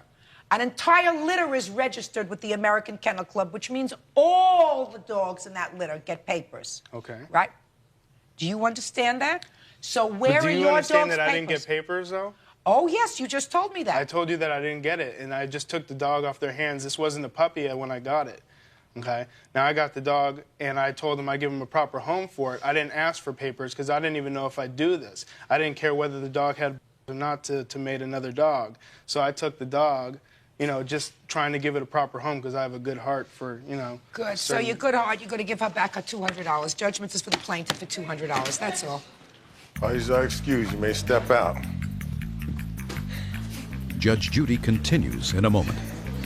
And on the next Judge Judy.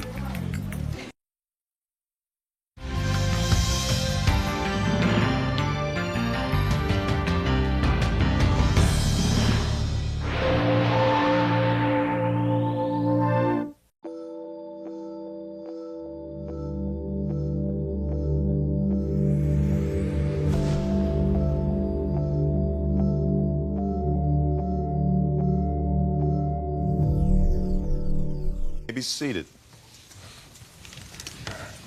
Don't look so unhappy. It's only money. Right? That's right. It's only money.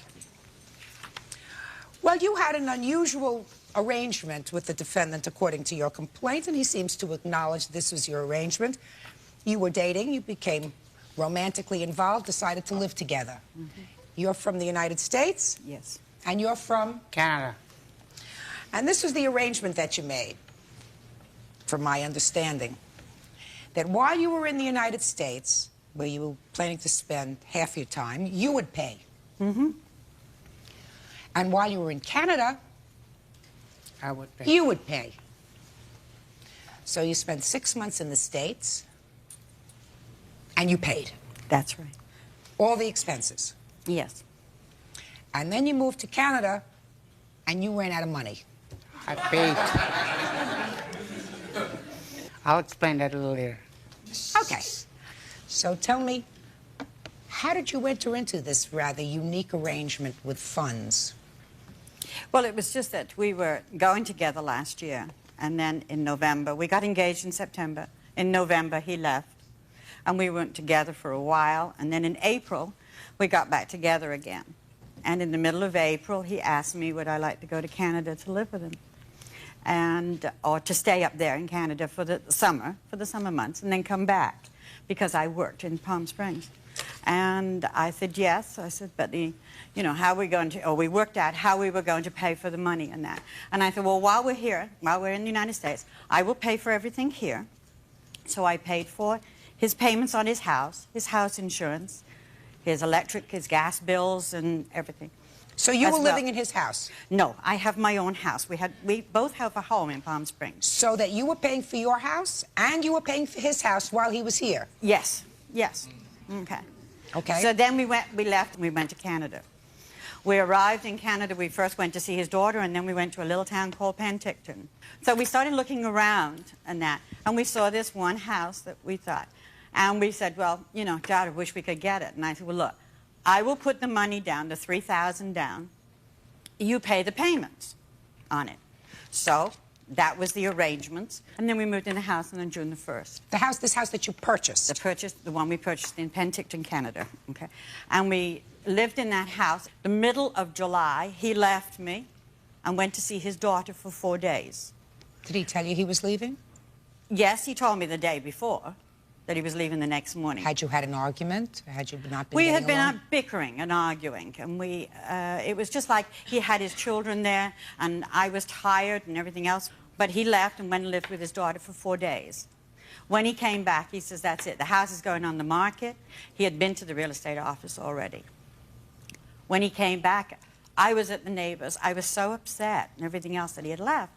So I came home. I didn't know what to do. I just said, I can't live like this. The tension was so bad and everything else. So I left, and I came down back to Palm Springs. My car was in bad condition. He had supposed to fix the radiator. He didn't. I had to keep putting water in it. My air conditioning wasn't working. I had 2 blowout tires. It was and a terrible emotionally, experience. it was a horrible It was thing. a horror. Go ahead. When I got back, I had to go to the doctors. My friends had to take me to the doctors. My nerves were so bad, and I've been on nerve pills since. All I want is, gives me my money, I'll sign the house to him, and then I'm finished. What money are you talking about, Ms. $5,000. Well, Not all the other money I've spent, the $5,000. What's $5,000 for? The $3,000 are for the house, the money I put down on the house. He can have the house. And also, the rest is right here, what I have paid out. On his house here, all the payments, the house, expenses that I had coming down. I had to stay in a motel, gasoline, well, Ms. my Garay, car breaking down. All those expenses you're not going to get back. You know that. You know that. But it still comes to $4,845.20. And this is what I have paid out, Your Honor. Well, what you've paid out is not necessarily something that he agreed to pay you back. And this is what he has paid out. The bottom amount is American money. All right, sir, let me hear you. Your Honor, I don't believe what you're saying. Listen to me. Listen to me. Last year, I took her for... Yes, ma'am. You don't have to believe what she's saying. Okay. I got to believe what she's saying. Last year, I took her for 4 months down to Canada. I paid all expenses, right? I sent her a plane ticket to Winnipeg. That's 3,000 miles away from here. And we toured the whole Western Canada. I took her through the prairies to Banff, Lake Louise, ice fields, and all over. Who paid for that? I paid for the whole thing for 4 months, ma'am. Judge Judy continues in a moment. I promise to give you the best of myself and to ask of you no more than you can give. That's her promise to me. And later today, the first time and the last time I've ever met her, she tried running me and my husband off the road because she was, I guess, mad that he was going to stay with me and not her. real cases, real people. Judge Judy. Splitting up after an 11-month romantic relationship, Jean Garay now claims John Romaniuk owes her thousands. Okay, let me ask you this question. So what made you decide that this arrangement this relationship wasn't going to work when you went to your daughters? Because when we got to Vancouver, Palm Springs, we had an argument because every day her man friend phoned for about 45 minutes on the phone while I was there. And I said I didn't like the idea that he phoning every day. So she got mad at me. She said, that's none of your business. So she said, leave the house. So I left. I didn't see her until middle of April. When you were back in Canada, sir, you bought the house. No, I'm coming to that, ma'am. Get there. Oh, then middle of April, somehow we got back together. Shh. You're in the house that Yes. you just bought. Yes. You decide to go to your children. Why? Because when my son came over to visit us, my granddaughter spilled a little bit of milk on a rug that we didn't have no furniture or anything like that. So she got mad and she said, your son doesn't know how to bring the children up. So that's when you got mad. So I got angry. So I went to my daughter's place, because my daughter's got I have 4 grandchildren, and to spend over there. When I came back, she put the sign of her own on to sell the house. House was for sale. I said, what are you doing? And then beside that, all the payments were... So don't tell me about payments, because let me tell you what my thinking is, sir. She put down $3,000 towards the purchase price of that house. Now, you have family in Canada. Your son lives there, your grandchildren live there, and you will be going back to Canada. Yes. And you love this house that you originally bought. Yes. So it seems to me that if you are no longer a couple... Yes. That this house is something that shouldn't be binding you together. No. Right? For sure. Right.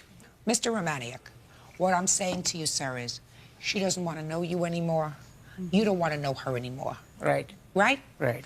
So you shouldn't have to be bothered with this business. She should be out of the real estate business in Canada, because but for you, she wouldn't be there. Exactly. Got it? So you, sir, are going to give her the $3,000 to get her out of the Canada business. You got it? And then if you sell the house for more, she will wish you good luck. And if you sell the house for less and you don't get the $3,000 back, so be it. And if you can rent the house and make a couple of bucks when you rent the house, terrific. And if you want to live there and retire there yourself, you can do that. Judgment is for the plaintiff in the amount of $3,000. That's all. Parties are excused. You may step out.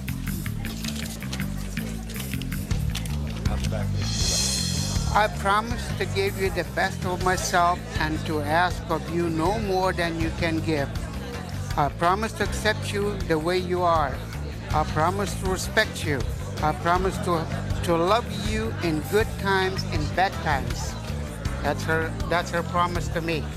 Now I didn't care what I spent because I loved her and I enjoyed every minute with her. That's my He loved me, but I couldn't walk down the street and look at anybody else because I was going to bed with them all. And now the next case. Parties on Newdecker versus Key. Step forward, please. 29-year-old hairdresser Lisa Newdecker is suing her ex-boyfriend, carpenter Christopher Key, 30, for money she loaned him before he met his current wife, Melissa. Well, I've read your papers. There are a couple of interesting little quirks in these papers that I want to find out about. But basically, Miss Newdecker, this was your boyfriend about 5 years ago. About 6.5 actually is when I started dating him. And some 5 years ago, you lent him some money. Over the course of the time we dated, yes. How did you lend him this money? He was short of cash and needed to get miscellaneous items, and I went with him and used my credit cards. So it was basically credit card bills? Yes. And how much altogether was it that he charged at that point? It was approximately $2,600. And when you separated, according to these papers, he made a lot of payments. Yes. But that he still owes you $870.37. Approximately, yes. When was the last time he made a payment? On October 4th. I received the check about October 7th. And then he stopped making payments? Yes. Why?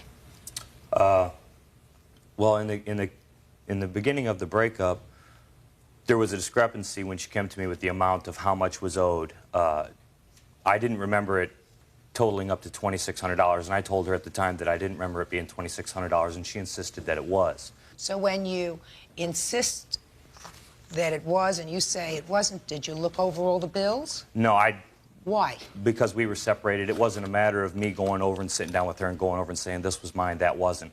She said that it was, and I had figured it to be around $1,500, $1,600, and Well, which is a considerable difference. So why didn't you go over there and look over the bills? That's a $1,000 discrepancy.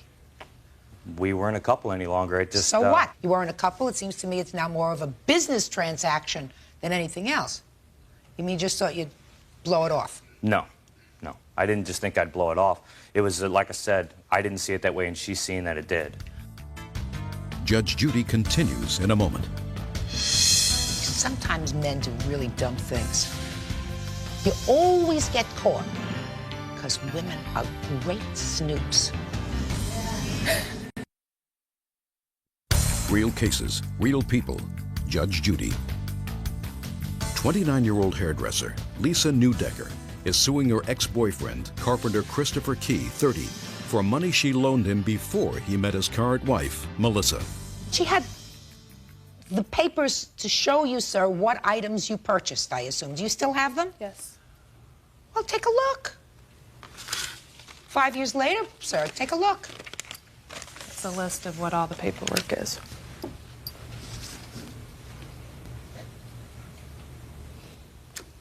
Once again, like I said, we were a couple at the time, and a lot of these items on here, if you would look them over, I don't know if she gave you a list of this. I have nothing. Would be considered as, you know, when we lived together, if we went out someplace and I paid, I didn't consider it to be a loan. What do you mean?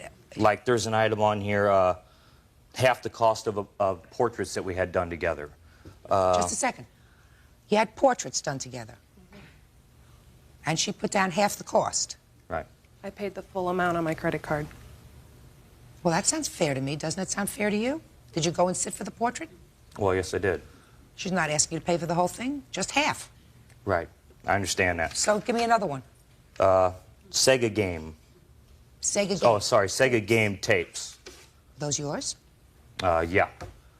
They are now. At the time, you know, like I said, we were a couple. We were a couple. So a Sega game, yours. Go. Well, give me another one. Compact discs. Did she listen to the music too? I don't know what specific compact discs they are.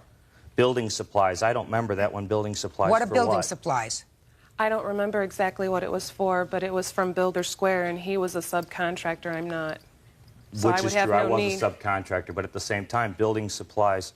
Was it for something that we did? I remember the place that we lived in. We there was a. We were going to put a fence around the place for the guy that we leased from. You know, I mean, there was just different items at different just times. a second. Did you put a fence around the house? No, we didn't, but the materials Well, if you were... didn't, then what are you telling me the story about? My point is this, though, Your Honor. When we lived together, the things that she bought, I didn't keep an itemized list, so I can't very well stand here and argue with her and say, well, I bought this and you bought that, so we should be even, because, like I said, when you're in a relationship with somebody, you don't keep receipts for different things that you buy for each other, but she did because she put them on her card. Now, I don't see, whereas, like I said, in a relationship, that you just do that as a couple. Can I see the things, please? Or at least I do. Miss Newdecker, let me look through some of these things. Men's dress clothes for grandfather's funeral. I didn't remember that she'd bought them. Like I said, of course, I didn't remember what all was on the list. She's got the list and she's got the bills. You need a muffler and brakes for your car at one point? I don't remember that either, but I'm not saying it didn't happen. This has been, Did you have like I said, an El 5 years ago. Camino? Yes, I did. There you go. All right. Now, so I am assuming for the purpose of this case that originally you owed her the $2,600 and that you made payments and she's kept very careful records of those payments and that all she claims that you owe her is $870. But what I really think you're probably angry about, sir, is that she wrote a letter to you which your wife opened. This is your wife? Yes. That created some problems for you? Yeah, but that that had nothing to do with the amount that I owed her. I honestly did not remember those other items, so Okay, well, I didn't now- believe that I owed them. Well, now you do. So your wife opened this letter, and did that distress you? Oh, yeah. Well, step up here. Why did it distress you? Because she said on the letter that my husband had went to see her 9.5 weeks ago, and I had no idea he was keeping in contact with her because of the first time and the last time I've ever met her, she tried running me and my husband off the road because she was, I guess, mad that he was going to stay with me and not her. We had only been dating on and off for a month. How long are you married? 2 years now. Mm-hmm. Everything okay? Mm-hmm. Fair? Yeah. Okay. You have any children? Yep. How old? She's going to be 21 months. And that's his baby? Mm-hmm. Why'd you have a seat?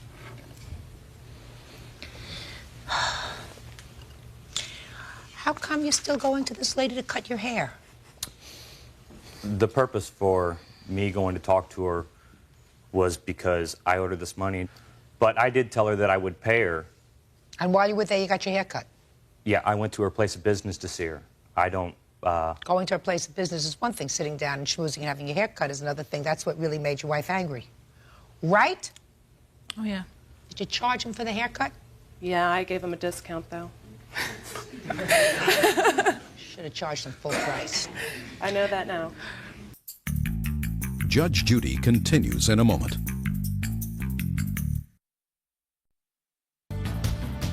Mr. Key, sometimes men do really dumb things.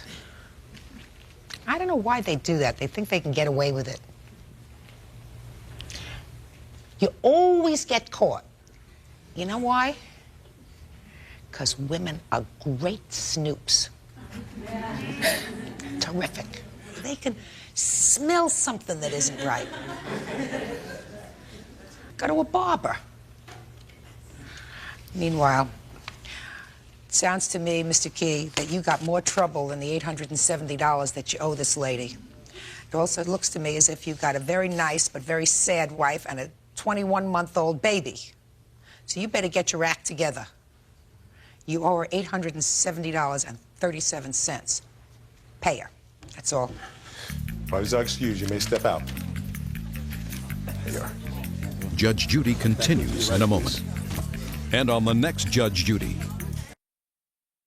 I don't know why she's being so ignorant as to take him to court and drag us all the way over here. It has been 5 years, and like I said, I was wrong about the amount. Payments, and he didn't want you to find out that he had been in contact with me for the full 5 years. That's right, because you tried running us off the road. No, I did yes, not. you did. Let's go. I feel kindly towards him. I'm sad to see that his wife has so much control over him.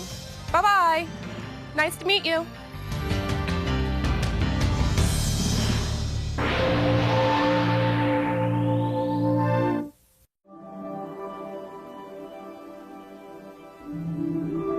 Hello guys, what's up guys? Ki khobor? Back জিন্দা মাছ ছড়ো 4 কিল করে 3টা minus আমার রিভাইভই পাইলাম না চলে আসো কেউ আসবে নাকি খেলবা নাকি ভাই আমার একটা নিউ টিম কোড দেই কে আগে আসতে পারবে সে জয়েন হবে আসো 76 71 এ ভাই দাঁড়াও না পিছল ভাই ইংলিশে প্লিজ ইংলিশে 7671898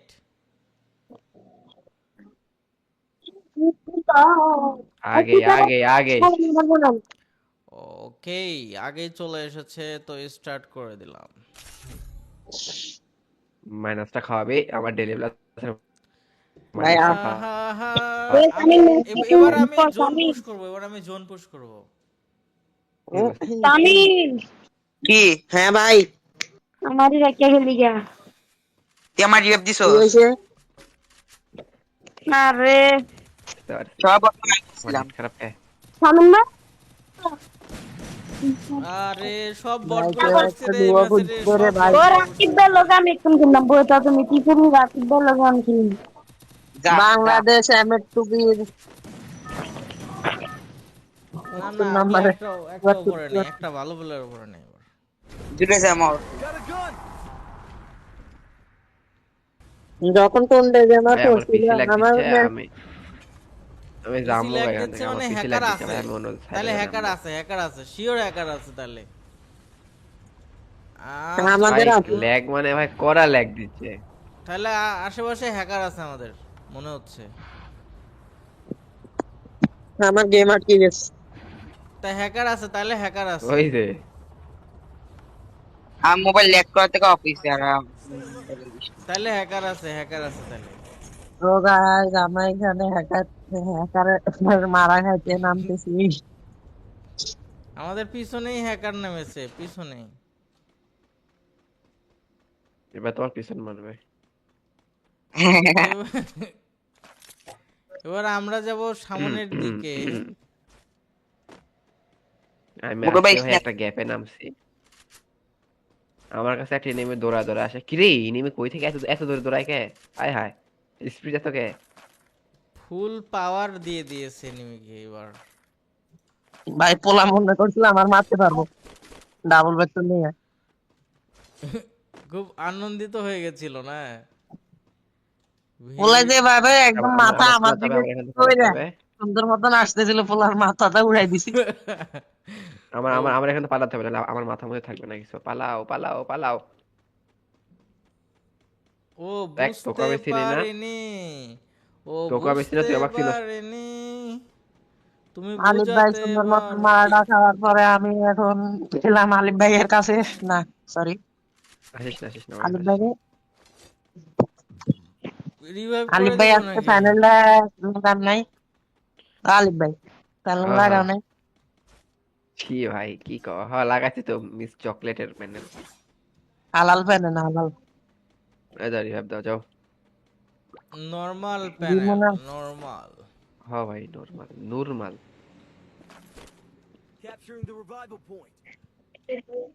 ওই ভাই সামনে নিমি, বামে দেখো ভাই নিমি একটা দৌড়ায় পাহাড়ের উপরে এনিমি পাওয়ার জন্য ওই কোন গ্যালাক্সি এখানে 3 লেভেলের ব্যাক পড়ে আছে অনেক। শেষ কে দিল রে? দিয়ে এটি না আমি